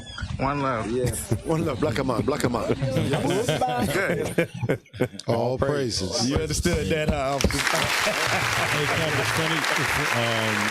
It's funny when you said that even in another country, you still have the same oppressors oppressing us, no matter where we go. So that shows you that when we read Psalms 83, there you go. Everything that's there, all our enemies are listed in front of us. Yep. Because you never hear, like, I'm not world travel like, the prophets, but you know what I'm saying? You a prophet, bro. You went to St. Louis, bro. What you talking about? International prophets.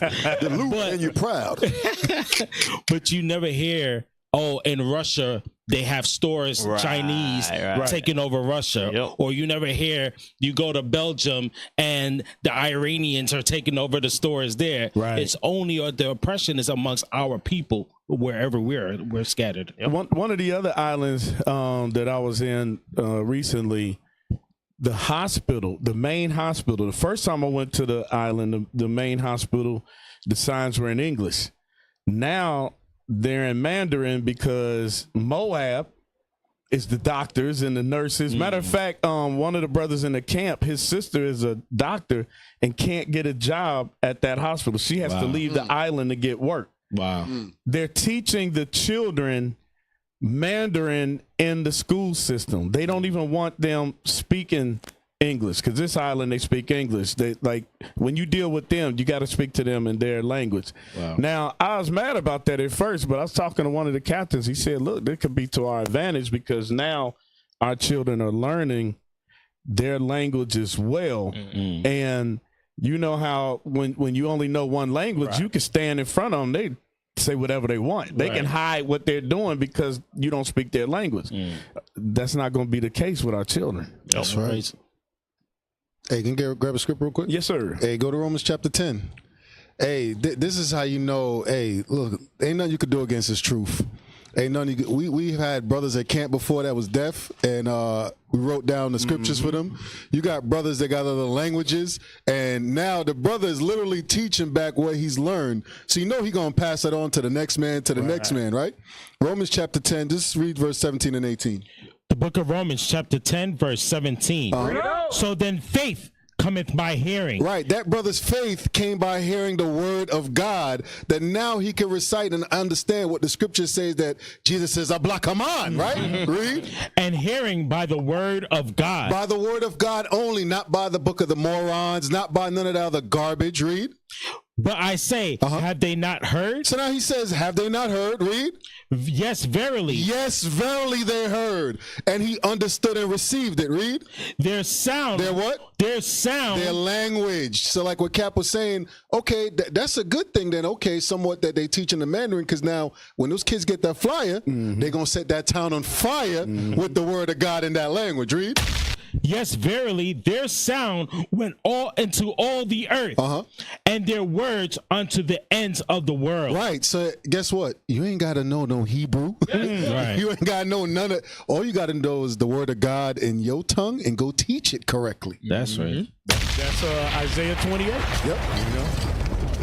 All right. Hey, shout out to this next video, going back to that statue, Captain Matt gonna give a little bit of the history of it. Make sure you brothers are paying attention to the time stamps. Shout out to Captain Matt now.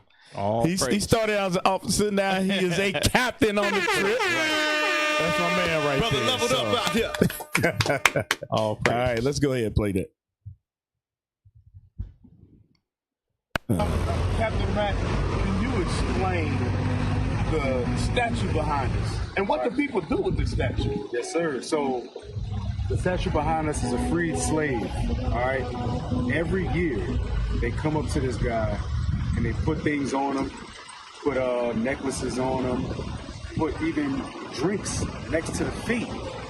They kiss him and they worship this statue as if it's some sort of leader and help and hope for them. People do it all the time.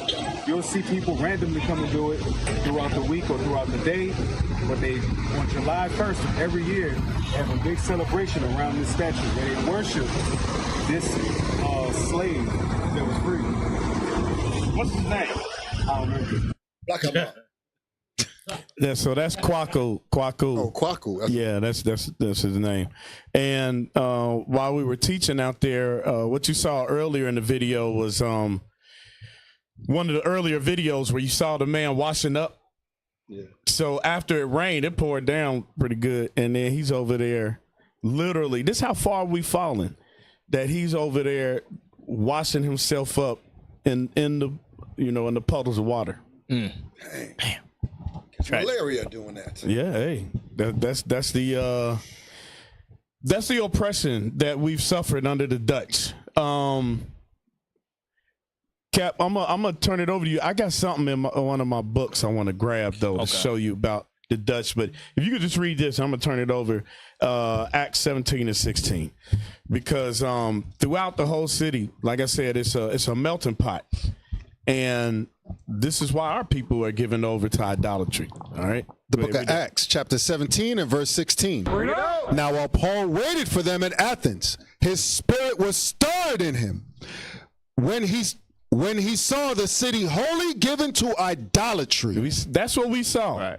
Everywhere we rode around, we saw the city given to idolatry. That's heavy, Cap. Especially in 2024. You don't think people now, we do it disguised. Right. You got white man Jesus, but at least you think it's Jesus. Right. You got Christmas, you think you're celebrating Jesus. They doing everything under the pretense of Jesus. Mm-hmm. But you went to a land where they knowingly know, nah, this is our idol. Mm-hmm. This is what we worship. It's like what the hell going on here? Right. Like, so all praises. Yeah. All praises. That lets you know, we live in the Acts of the Apostles again. So all praise to the Most High. Cap had the opportunity to go to Suriname. Who you had? Captain Matthew and Officer Azaniah. Yep. So y'all did the wonderful work out there, hit the islands. So we actually had the opportunity to go to Sierra Leone. Mm-hmm. If you don't, pull up a map so everybody can know, because I didn't know. When they first told me I was going to Sierra Leone, I was like, all right, cool, I'm going to Sierra Leone. I ain't know where the hell it was at. I knew it was in Africa, but I didn't know quite exactly where it was. So I know many of you probably are the same. So pull it up for them, and I'm going to show y'all that these are our people. These are people that were scattered. A lot of us come from Sierra Leone. So make it a little bigger so they can see it in context of the rest of the world. The west coast of Africa, this is where a lot of us come from. And like we brought out in earlier class, look how close it is to Brazil. Like we don't realize how close it is. It's right there. Wow. But to get to America, it's far. So, but to get to Brazil, it's right there. Wow. So all of that is very, very close and relative of the whole world. That's crazy, isn't it? Yeah, you don't never see it that close on a regular map. Right. Because we always look at everything from America perspective. So, when you look at the history of Sierra Leone, it has a rich history as far as slavery and its correlation with who we are according to the Bible. Obviously, if you're listening, y'all know Deuteronomy 28. But we're going to get into it as we go through. Now, what I want to touch on first is how leadership was in the spirit for us to go out there at the time that we went out there. When I was telling brothers we going to Sierra Leone, everybody sending me articles and videos talking about the Kush and all this and all that. So, look, about what? The Kush. Go ahead, press play on that first video. Yeah, it ain't what you think about. Video number 11. Okay. All praise. Go ahead. Turn the sound up. Puffs is all it takes go back to end the up beginning in a now, T. trance-like state. A few puffs is all it takes to end up in a trance-like state for up to an hour. The drug is called Kush, a potent mix of chemicals that mimics cannabis. In this smoke-filled room in a shanty town, young Sierra Leoneans have gathered to get their fix. Many are barely in their teens. At around 25 US cents a dose, it's a cheap and easy way to escape reality. In the past few years, Kush has wreaked havoc on the lives of many young people in Sierra Leone. They say I have to purge my body of this substance. Since I started smoking 5 years ago, my body is now addicted to this thing. I have to buy medication, but I don't have the ability to wean myself off it, so it's difficult for me. Ibrahim Koroma is a social worker. He thinks Kush is one of the most pressing issues facing the young people he works with. He often visits the hideouts where smokers meet up. On this day, Ibrahim speaks to around 100 addicts about the dangers of Kush. Because young people are dying. Young people are dying. We need a speedy and refocused strategy to see how young people are taken from this drug intake. But at the moment, it is quite alarming. In the face of a mounting crisis, the country's only psychiatric hospital is overrun with addicts brought in by their loved ones, hoping to get them clean. What we see in the hospital is can be likened to the tip of an iceberg, where only the severe cases are being brought. But if you go down to the communities, if you go down to the parks, you go down to the streets, you go down to the ghettos, you find much more, people using these substances and the impact has been created on them than what we see here. But in the face of a highly addictive drug, willpower is not always enough for those being discharged. As resources for follow-up support remain low, relapse rates remain high. Can't go do this. Clear out stuck poop. Kush, as you saw, it's a drug that our people are smoking out there. It's fentanyl mixed with other items mixed with actual human bones. And it's very, very cheap for our people to smoke. Where they getting the human bones from? Press the play on the next video. What? In Sierra Leone, a new drug is turning young people into zombies. Take a look at the youth on the streets, they are trapped. They work only to buy drugs, nothing else, trust me. They call it Kush, dried leaves mixed with a cocktail of chemicals. In just 3 years, it's taken over. Take it to another world where you don't know yourself. Say na something we mix with demonic something. You see company die, then still the taker. As the impact of Africa's worst drug epidemic deepens, disturbing reports have emerged about the newest ingredient, human bones. So the coffin and everything is there, but they just took the bones. Yeah. Bro.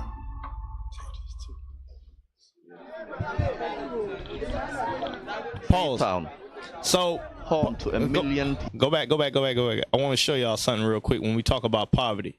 So notice this is oceanfront property. All of that, what you looking at right there, that's the shanty towns. That's the worst part of Sierra Leone. People die down there every day.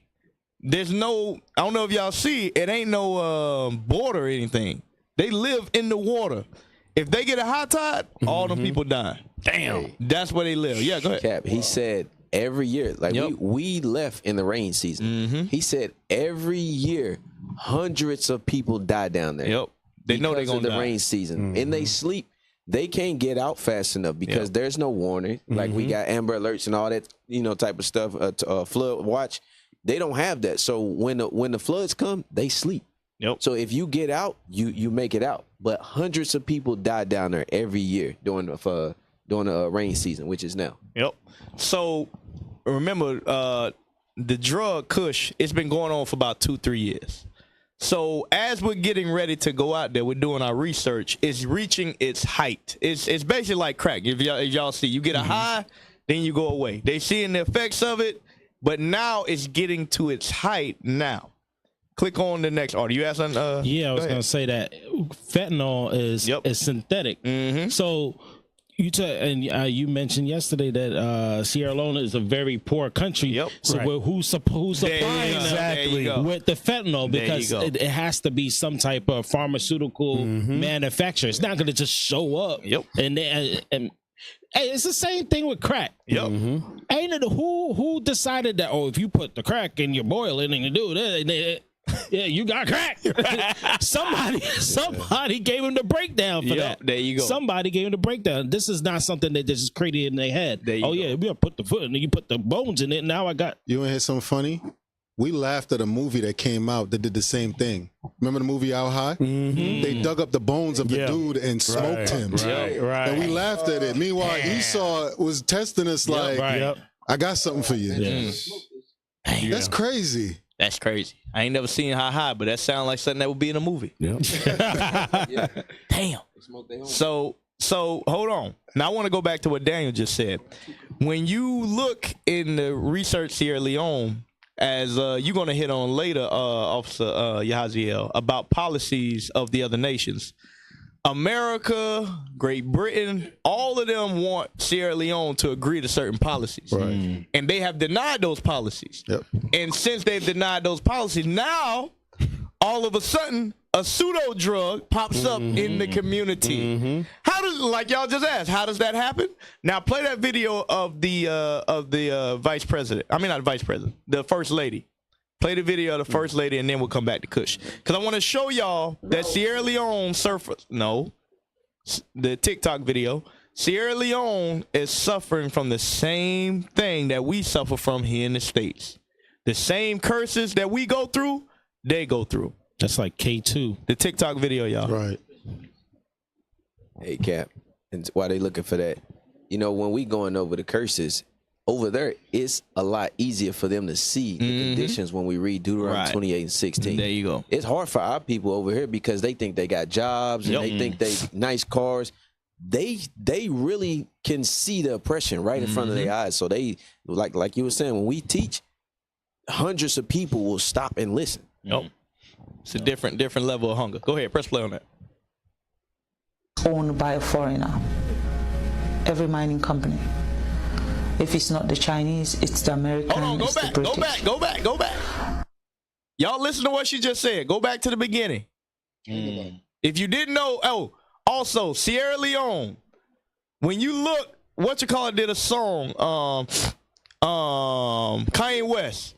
Look up Kanye West Diamonds. There's a word behind it. It says Sierra Leone. When you hear the song, Diamonds Are Forever, Forever. He was talking about what was going on in Sierra Leone. I didn't even know that until I researched it.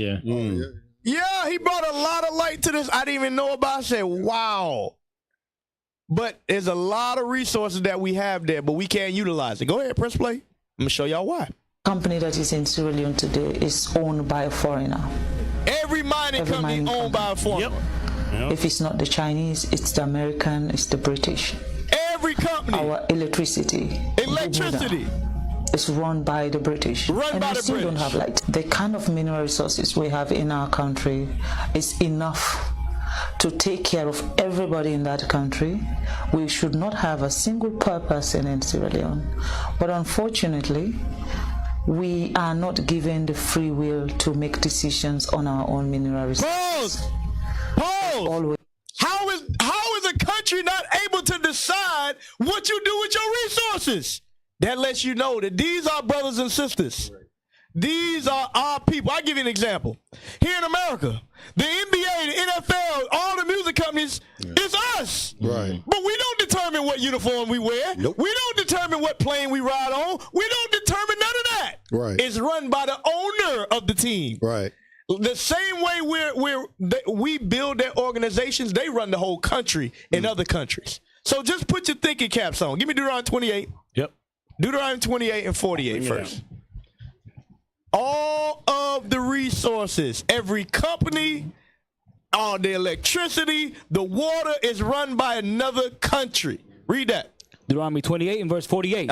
Therefore shalt thou serve thine enemies. Hold on. Therefore what? Shalt thou serve thine enemies. How are you in a city called Freetown? Yeah, that's crazy. Your city is called Freetown. You're the president of the whole country, and you're telling me about how Europeans are running your country. But y'all telling me that we ain't the Israelites. All right, read. Therefore shalt thou serve thine enemies, which the Lord shall send against thee. In hunger. In hunger they serve their oppressors. Read. And in thirst. In thirst they serve their oppressors. Read. And in nakedness. And in want of all things. Hold on. In want of what? All things. Electricity, minerals, food, government assistance, money. Read. And he shall put a yoke of iron upon thy neck until he have destroyed thee. These same things are going on today. Not only in America, but in Sierra Leone, in Suriname, in Malawi, in Uganda, in Kenya. Everywhere we've been scattered, we're suffering from the curses. Give me Deuteronomy 28 and 43. Yep. That's the same game, the same game plan. Yep. Right? The same book. Go ahead. Deuteronomy 28, 43. The stranger that is within thee shall get up above thee very high. Because everybody know about the De Beers company. De Beers diamonds. What's they saying? The Cage diamonds. I cannot think of the name. De Beers. They supply one of the major suppliers. But anyway, everybody knows that diamonds and jewelry. Every kiss begins with K. Okay. All of that stuff. They get all that stuff from Sierra Leone. All the diamonds. Read. The stranger that is within thee shall get up above thee very high. Read. And thou shalt come down very low. Pull up, hey, keep this on the screen, but pull up Sierra Leone on the list of poverty. The GDP poverty list. I want to see the poorest countries in the world. Because how is it that they have mineral resources, they have natural resources, they have a labor force, they got everything. So let's see. They should be one of the more richer countries in the world. Right. Come on, y'all. It don't take that long to type that in. All right. Let's see. World poverty map. I should have had this for y'all. Hey, Cam, I'm just browsing the news. It looks like China is the #1 producer of fentanyl. China is. So she mentioned China first. I mean, I got to do more research, but it seems like there's a connection. China. Hey, we saw the China man in there. Yeah. Yep. Out of nowhere, pull up, and you can spot these other nations and countries like Africa. The white man stick out like a sore thumb. The Chinese man, all of them stick out like a sore thumb. But Cat, while they looking for that, one thing I remember when we was over there about the diamonds, they out there mining the diamonds. They use our own people to mine the diamonds. When the white man or the China man or the Arab man, when they go on vacation to celebrate their religious holidays or whatever, they seal up the mines. They close up the mines so that the brothers who live in these countries, who know how to go in and mine it, they seal them up with concrete so that they can't even get inside the mines. Because the brothers know if they can get in there and just get a piece of gold, they know that they can change their whole life. But the white man ain't gonna let them do it. Just like we can't even bring a damn piece of fruit out of that country to another country. But yet they taking diamonds, bosonite, electricity, they taking everything, but yet you got to stop at customs. And you can't bring nothing more than $800 back. Nope. Hey, go back to the video. Go ahead, press play. Always big brother who decides, And when you fight and say, no, we are not going to do this, they use the system to stop you. It's either they set you up with the opposition and they'll be supporting the opposition against you from the back, or they cause unnecessary chaos in your country so that you are not able to even govern your own people. They will do things to make you not to be functionable. And of course, any country that don't have peace cannot develop. You have to have peace before you talk about development. I'll give you a simple example about Sierra Leone. Every mining company that is in Sierra Leone today is owned by a foreigner. All right. Every mining company. Did it already went through everything, or is she giving you more examples? It cycled through. Okay, good. You can pull that off. She just hit on it though. Yeah. They create an issue, which is the pandemic or epidemic of the drugs and everything. When you look up Sierra Leone, a few months back they tried to have a coup. They actually disrupted the coup from happening. So that's letting you know they trying to overthrow stuff that's going on out there. Now you got to ask yourself, why are they so interested in such a poor country? Pull up the image that Soldier LIONZ posted about GDP. He posted in the LDR group. Was you gonna hit on 33? Verse 33? Yeah. We can hit it. But I wanted to show. Yeah. Come on, y'all. Pull up the picture. It got the there you go. Pull it up, make it bigger. Poorest countries in the world. Read that. The poorest countries in the world by GDP per capita. Number 1, Burundi. Number 2, Sierra Leone. So GDP by per capita, Sierra Leone's the number 2. Meanwhile, the president, the first lady, is telling you that they got diamonds, they got natural resources, they got an able workforce, but you know what they don't got? They don't got an agreement with the white man. Right. Because they don't have an agreement with Esau, the country is not going to be fruitful right now. Because we know who runs this earth today. The white man run the earth today. So if you don't get down with him, he ain't getting down with you. Go to Revelation 13. Revelation chapter 13. I want matter of fact, I want 6 first. Give me Revelation 6. And let's start at verse 2. Balances. Yep. Revelation chapter 2 and chapter 6, verse 2. And I saw, and behold, the white horse, and he that sat on him had a bow, and a crown was given unto him. And he went forth conquering and to conquer. He went forth conquering and to conquer. When you look up the history of Sierra Leone, it is run by the British to this day. They don't have no autonomy over their land. Read. And when he had opened the second seal, I heard the second beast say, come and see. And there went out another horse that was red. The red horse is the white man. Read. And power was given to him that sat thereon to take peace from the earth. Hold on, what did he do? Take peace from the earth. Further in that interview, it didn't show you, but she says you can't run a country without peace. She said they take the peace from you. That's exactly what the Bible says. Right. The Bible said they take peace from the earth. The sister said the same exact thing. She said, did she say it in the article that the video that we just watched? Play it back, please. I want to hear the part where she said, you can't run the country without peace. Please, give me that. If it's not the Chinese, it's the American, it's the British. Our electricity, Bumuda, is run by the British, and we still don't have light. We're looking for light, electricity. If you don't have electricity, how can you talk about education? How can you talk about health facility? How can you talk about improving the infrastructure of your country? We don't have electricity. Now, do we actually even have proper water, pipe-borne water, so that our kids will not be sick?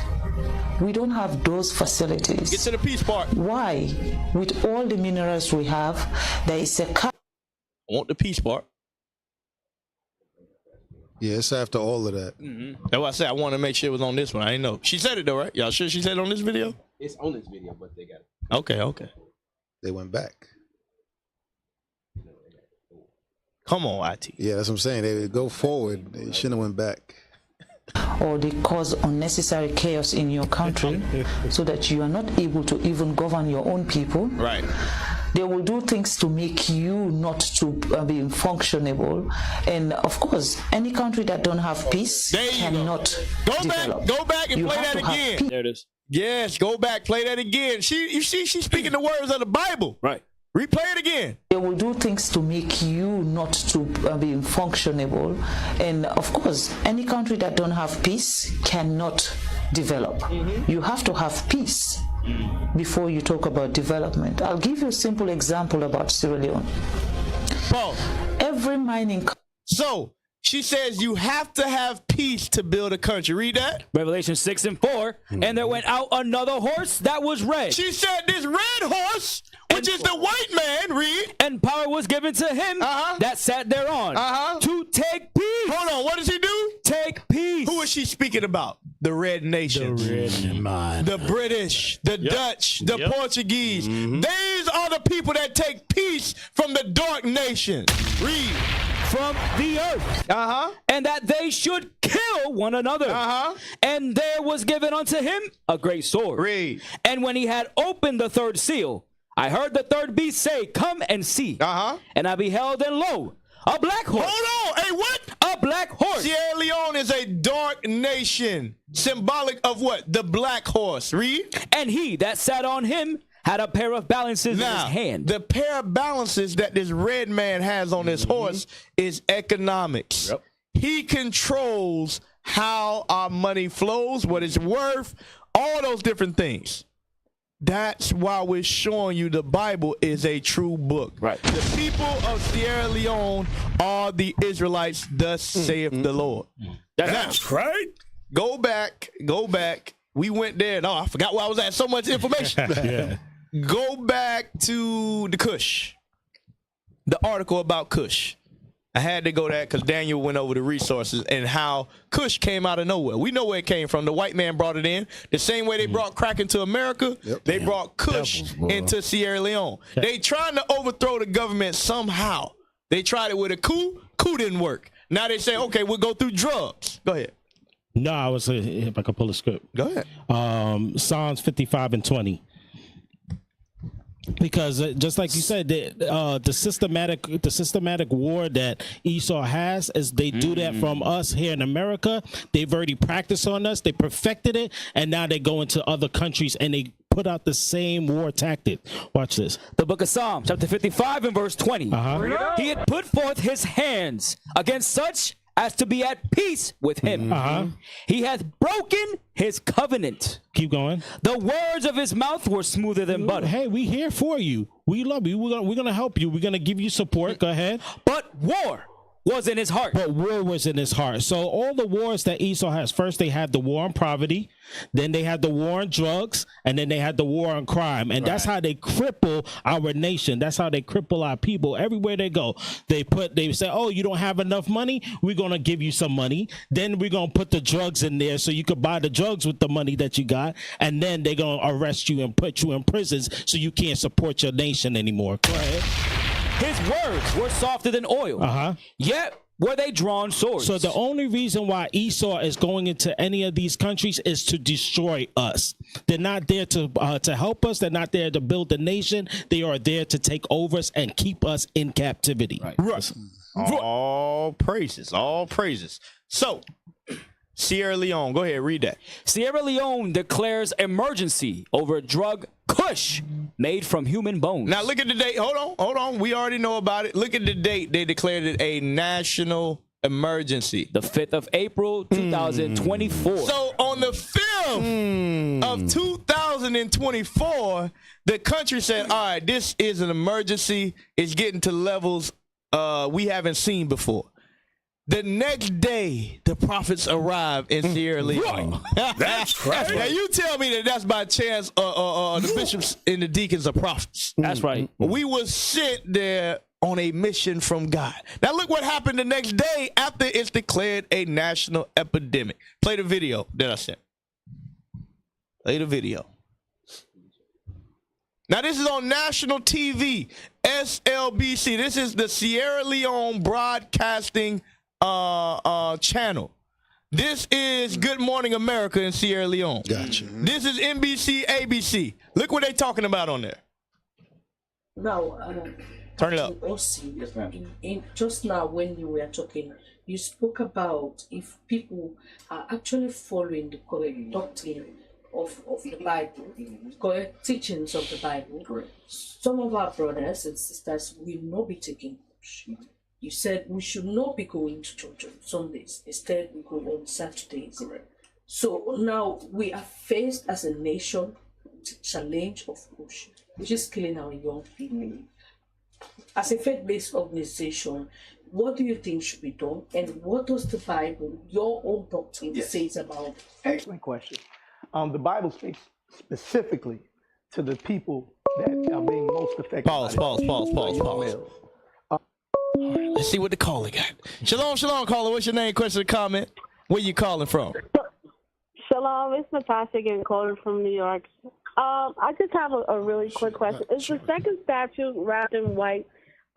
Did you guys say it's Baal, as in like Bacchus, the one that's wrapped? What'd you say? I can't hear you. Yes. It's Baalim. That's satanic statue? That same statue? I don't know exactly. That's what the locals told me. Oh, okay. We've got Thank a brother you. that's from that area, and he's the one that told me. Oh, okay. Thank you. Okay. Shalom. All right. Shalom. Bye-bye. All praises. So, hold on. We gonna press play on that since we already stopped. Give me Psalms 19:3. Bring it out. Because guess what, y'all? You know who they asking for answers? Mm-hmm. They coming to the prophets. Yes, sir. They coming to the prophets. Right. What can we do to solve the problem? And guess who got answers? We got the answers, Sway. We got the answers. Hey, it's funny. They had the Muslim dude on there. He ain't had no answers. They had the chicken man on there. He ain't had no answers. Chicken man. Yeah, they had a chicken man on there. They had everybody on there. There's only one person that can go into the Bible and give the solution. Go ahead, read that. The book of Psalms, chapter 19 and verse 3. There is no speech nor language where their voice is not heard. Read. Their line is gone out through all the earth. You see that? Our line is going out throughout all the earth. Hey, shalom, caller. What's your name, question, comment? Where you calling from? All right. Read. Their line has gone out through all the earth, and their words to the end of the world. And what? Their words to the end of the world. So we on the other side of the earth on national television. Damn. And guess what? We coming out that same Bible with the same understanding of what we are to do to solve the problem. Because whether it's crack, cocaine, weed, or Kush, the solution is the same. Keep the commandments. Go ahead, press play on the video. And the problem that they're having is a variety of things. The first thing is identity, which we already hit. Because they have a lack of identity, they are looking for somewhere where they can belong, somewhere where they can be somebody. They smoke the Kush, they feel good for a few minutes, and then the high goes away. We have the solution that nobody else is giving, that you can keep that high that you got forever, and you ain't gonna damage yourself or kill yourself. But it's only in the Bible. Psalms 119 and verse 9. This is good. This is the book of Psalms. Hold on. Take the call. Somebody got a call. Hey, shalom, caller. What's your name, question, comment? Where you calling from? Hey, fellas, what's happening? I'm in a little country town in Pennsylvania. Okay. I just had a thought. You guys got more biblical knowledge than I have, so I just wanted to ask you a question, see what you think about it. In that 19th verse, the 19th chapter of Matthew, I think it's 28th verse, and you told the disciples, you're gonna be set with me in my glory, judging the 12 tribes of the children of Israel. You recall? Mm-hmm. Okay. Now, judging them, that means he's judging in the 12 tribes of the children of Israel. So if those people, somebody is saying to him, didn't I cast out demons in your name? Didn't I do this in your name? Over and over. And he says to them, I never knew you. I know you not. Right? You follow me? That judging is going into setting things in order.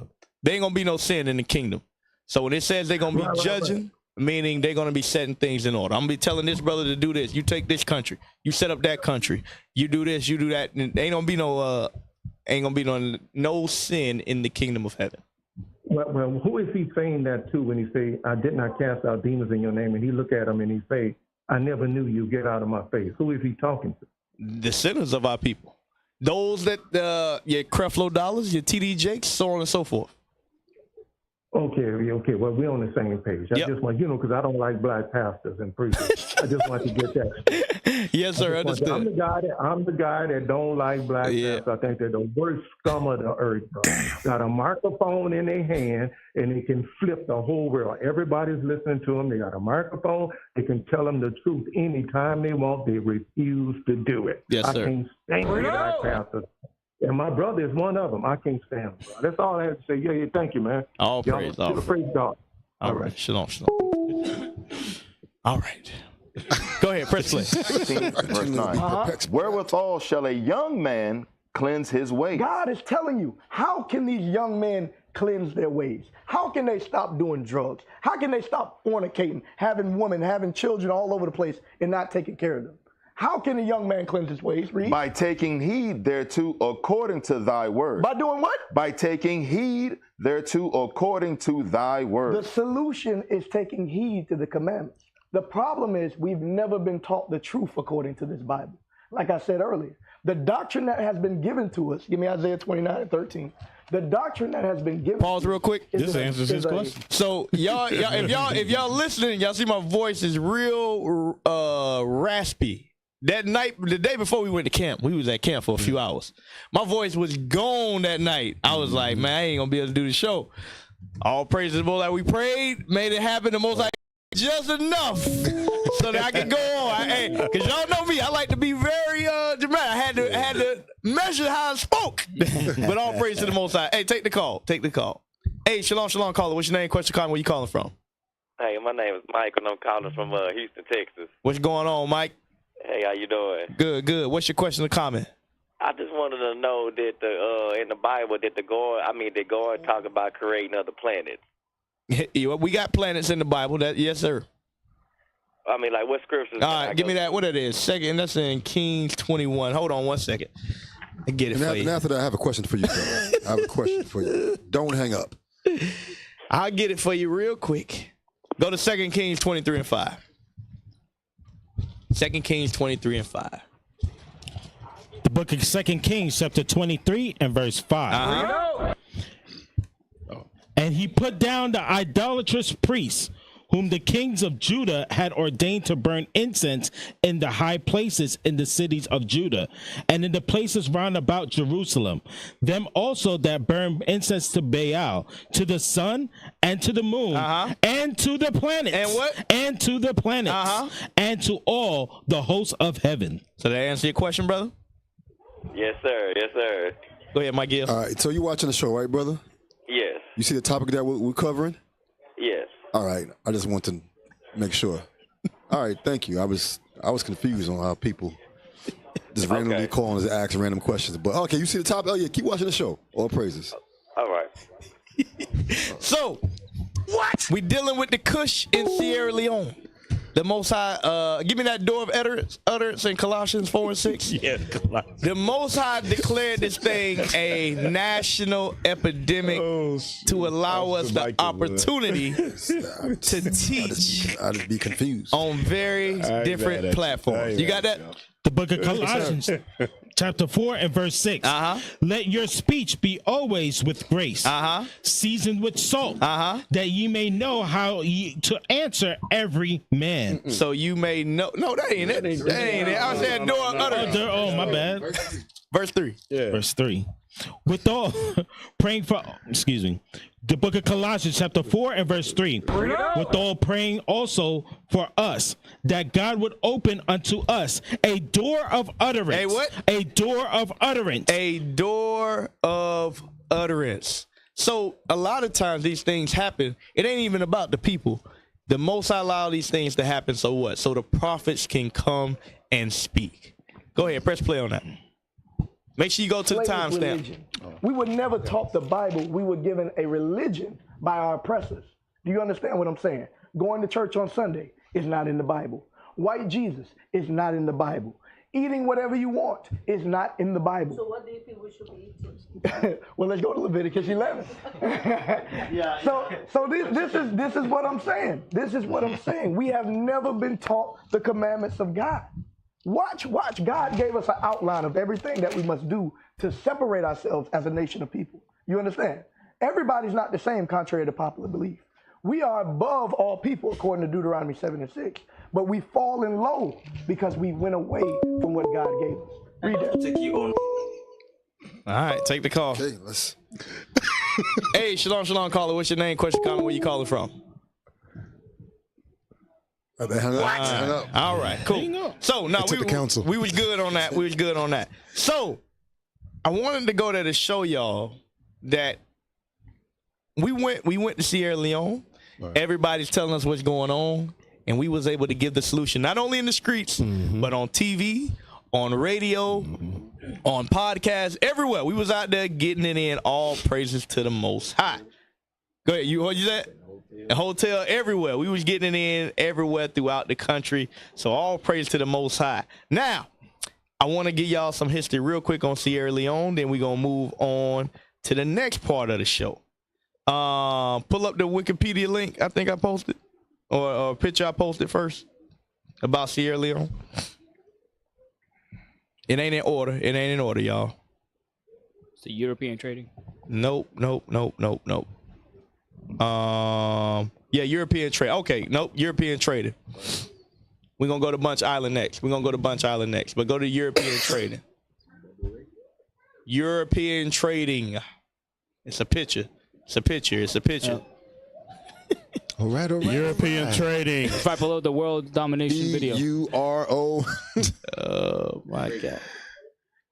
It's Hey, while they find that, I was going to say, the brother in the background, when you giving the solution, his faces look like, damn, that sounds simple. He was looking for something complex. It's a picture, y'all, right underneath world domination. Hey, it got to the point on the radio show. It got to the point on the radio show. By Cap laugh, they understood that we've been doing everything wrong. Yeah, Lois will drop that this week. All right. So that's your cousins from South Carolina over there. I saw some of y'all in the comments. Y'all understood the history. Some of y'all already knew the history of Sierra Leone and where our brothers and sisters come from. When you look into the history, the people that did rice during slavery, they came from Sierra Leone. Some people call them the Gullah Geechees. Yep. They come from this area. They come from Sierra Leone. The Maroons actually came back to that area. Those that were slaves in London came back to that area, and many other places. So we know that Sierra Leone is a hotbed for Israelites. Go ahead, read that, though. European trading. The 15th century marked the beginning of European interaction with Sierra Leone, highlighted by Portuguese explorer Pedro de Sintra, mapping the region. Make it bigger, y'all, so they can see it on the screen, please. Mapping the region in 1462 and naming it after the Lioness Mountains. This naming has been subject to historical reinterpretation, suggesting earlier European knowledge of the region. Following Sintra, European traders established fortified posts, engaging primarily in the slave trade. Hold on, what did they engage in? Primarily in the slave trade. The slave trade was very, very heavy. Keep reading. Which shaped the socioeconomic landscape significantly. So the reason why they're in the financial state that they're in is the effects of slavery. Keep reading. Traders from European nations. Hold on, traders from what? European nations. Just like us in America, we were sold here from the French, the Dutch, the Spanish, the Portuguese. Read. Such as the Dutch Republic, England, and France. Also started to arrive in Sierra Leone and established trading stations. So the same countries that came and took us from Ghana, from all these other countries, they came to Sierra Leone. We are the same people. Keep reading. These stations quickly began to primarily deal in slaves who were brought to the coast by indigenous traders from interior areas undergoing wars and conflicts over territory. The Europeans made payments called coal for rent, tribute, and trading rights to the king of an area. Local Afro-European merchants often acted as middlemen. So now, go to Bunch Island. I want to show y'all one of the largest slave castles is in Sierra Leone. It was called Bunch Island. Go ahead, read that. Bunch Island, also spelled Bence or Bonds at different periods, is an island in the Sierra Leone River.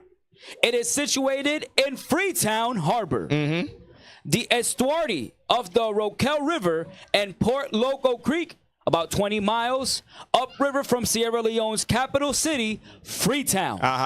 The island measures about 1,650 feet by 350 feet and houses a castle that was built by the Royal Africa Company in 1670. This is the key part right here. Tens of thousands of Africans were shipped from here to the North American colonies of South Carolina and Georgia to be forced into slavery. Hold on. So the same brothers that's in South Carolina and Georgia came from where? Sierra Leone. This is the history they don't want you to know. So guess what we got to teach? We got to go back to because everybody didn't get taken. Some of us stayed back. So we got to go back and get our brothers and sisters that are scattered. That's all I want on that. So all praise to the Most High. Y'all able to see that we are the true Jews of the Bible. Go ahead. I got to back you up on that. I need y'all to go to, I posted Dutch major suppliers of slaves because you just pulled this up, right? So I got a book here. I'm not gonna say what book it is because I'm not Bishop, but if it's on Bishop's list, any of us say what it is, it'll go up. Right. But anyway, I want you to post. Yeah. Enlarge that a little bit. Can you read that? Just to highlight a part. Yes, sir. This is how the Dutch felt. Now, and this goes back to the Dutch West India Company that they were a major supplier of slaves. Right. Go ahead, read that. The Dutch stood for free trade rather than monopoly, with the exception of Suriname. Yeah, this is going to connect. This is going to connect to both places. Go ahead. Where the lure of sugar was corroborated by the Dutch poem in which the father consents to the marriage of his daughter on condition that his prospective son-in-law agreed to spend some time in Suriname before his marriage. Okay, because he needs him to learn about that sugar trade. Go ahead, jump down. It was the Dutch who, when tobacco prices fell in the world market, taught the same planters the secrets of cane cultivation and sugar manufacture. Now, here's the part about what Cap just brought up about Sierra Leone and the trade. Go ahead. It was the Dutch who provided the necessary supply of slaves. That tells you how much they were involved in the slave trade. Another place talks about how the same brothers and sisters that were taken to the Carolinas were also brought back to Sierra Leone. Damn. Fire. Hold on. It says the British, French, and Spanish. Yes. All the same countries. Y'all see in the same countries over and over and over again. Yeah, I just put two to two together in the store. What brothers always buy? They buy the Dutch. The Dutch Masters. Yes. Damn. Yeah. Hey. Tobacco. They buy their own product. Hey, I don't know if y'all caught Bishop Yosop's class. I didn't. When the brother they went on a tour. Right. Yeah. So the brother, when he made a good point, it wasn't really a slave trade. Yeah. You're trading things. That's not. He said that was human trafficking. Yeah. That was human trafficking is what was done to us. Yeah. All those years ago. But they call it trade to make it seem like to lighten it up. But that was the brother made a good point. Hey, I got one other thing because based on what Cap said, so now Cap, you showed Sierra Leone being like the second poorest country in the world, right? Yep. So I just want to show you the flip side of that, but yet it doesn't change the condition of our people. Pull up the one that I put up right behind what Cap posted. It's the last one, the last article. Yes, sir. Yeah, I got the highlighted part. I just want you to read the where Suriname ranks, the first line of the first. No, he needs to see the top of it. There it is. Yeah. Suriname ranks 17th among the world's richest countries in development potential. Stop. In potential. Because I told you, because they have bauxite. Yeah. Which started to, they found that, the Europeans found that in like 1898, and then they started processing that in aluminum, and they got gold right now. They have heavy machinery. The water I showed you that was dammed up where all the villages are underneath. They got ships that they take out there with vacuums. They vacuum up the gold. Damn. They vacuum up the gold. Like, you know, the dirt comes up and all that. And you can see the water change colors. And the dirt comes up and they vacuum and they take the gold out. Damn. They even send some of our brothers down there in the Piranha Field water to go find gold. Damn. And that water is cold because it's at a high elevation. Now jump down to read the highlighted part. Yes, sir. Suriname is blessed with natural resources. Yet, 80% of its population live under the poverty line. Who do you think that 80% is? Right. That's all. It ain't Elam. It ain't Moab. It ain't Esau. Right. Go ahead. Economic inequality almost doubled over the last 30 years, leaving the lower 50% of the population with 20.2% of national expenditure at the top 20% of the population with 50.5% of national expenditure. I think it's higher than that from what I saw. That's crazy. The wealth disparity is enormous down there. Hey, Cap, I just saw my kid. I forgot. We got families and stuff up here. It's about to be 10 o'clock. We didn't tell the people that we was going to stay late. Hey, all praise. Hey, it's been an excellent show, y'all. Excellent show. Y'all don't even know. We didn't even get started. We didn't get to go into Iran and Israel. We had a lot more stuff. Offset didn't get to go over his trip. He went international as well. I'm going to give you 2 minutes, Cap. I'm going to give you 2 minutes. Spread your truth. Speak your truth. Speak your truth, bro. What y'all seen was going on over there, same thing was going on in Barbados. Yeah. Pretty much a lot, except for the Kush. Yeah. except for the they ain't Kush. doing the Kush out there, huh? Yeah, but everything else, I mean, the same afflictions is going on all over. So, even in the islands. Yeah. In the islands. Yeah. Hey, I want to say one more thing about this. To travel to any country in Africa, you can't get a straight flight. Damn. You have to take a flight to somewhere else before you get to your main location. And they say they do that because terrorism, but that's not why. They do that so you don't build trade with each other. It only take about 8 hours to get to Sierra Leone. If I could get there quick, straight and back, I'll be willing to do business out there. I can have business meetings. But when I got to take a flight to Ghana, I got to wait 4 hours. Then I got to go there. It's too much of a hassle. You lose a whole nother day. Whereas if we can go back and forth with any country, whether it's you can't even go to Ghana straight. You got to go to Ethiopia. You got to go here. You got to go there. They do that so they keep these countries poor. They don't want us building with each other out there. Right. But guess what? The countries where they have resources there, when you go to Jamaica, you can go to Jamaica on a straight flight. You know why? Because Jamaica's Americanized. You can go to Haiti on a straight flight. You know why? Because Haiti's been Americanized. You can go to any place in the Caribbean quick because that's what they call them what? Those are the American, Dutch, French islands, so on and so forth. They have their resources set up there, so they make it easy. But in Africa, all of those countries ain't in agreement with America. Because of that, they say, hey, nope, you can't fly there right away. It's a threat. When the last time y'all seen a terrorist attack come from one of the dark nations? It ain't happened. So they make up whatever lies they want, but Esau's the devil. Anyway, we appreciate y'all for tuning in. Once again, hey, if you haven't joined the Booster Club, join the Booster Club. Shout out to the Booster Club. Shout out to the Booster Club. IUIC.fundraising at IsraelUnite.org. That's IUIC.fundraising at IsraelUnite.org. Shout out to the bishops, deacons, captains, officers, soldiers, brothers, all the sisters out there that's supporting the troops in righteousness. All praise to the Most High for y'all as well.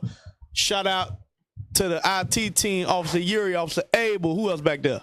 Soldier David. Soldier David. Don Omar. Don Omar. Shout out to Soldier Boudreaux. All praise to the Most High. Officer Elisha.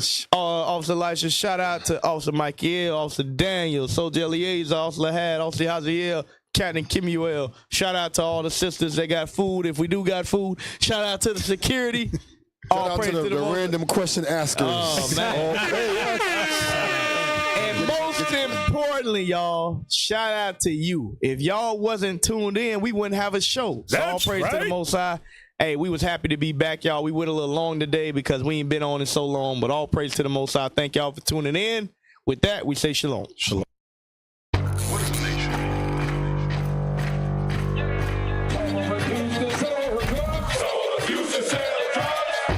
Nation is men leading by example.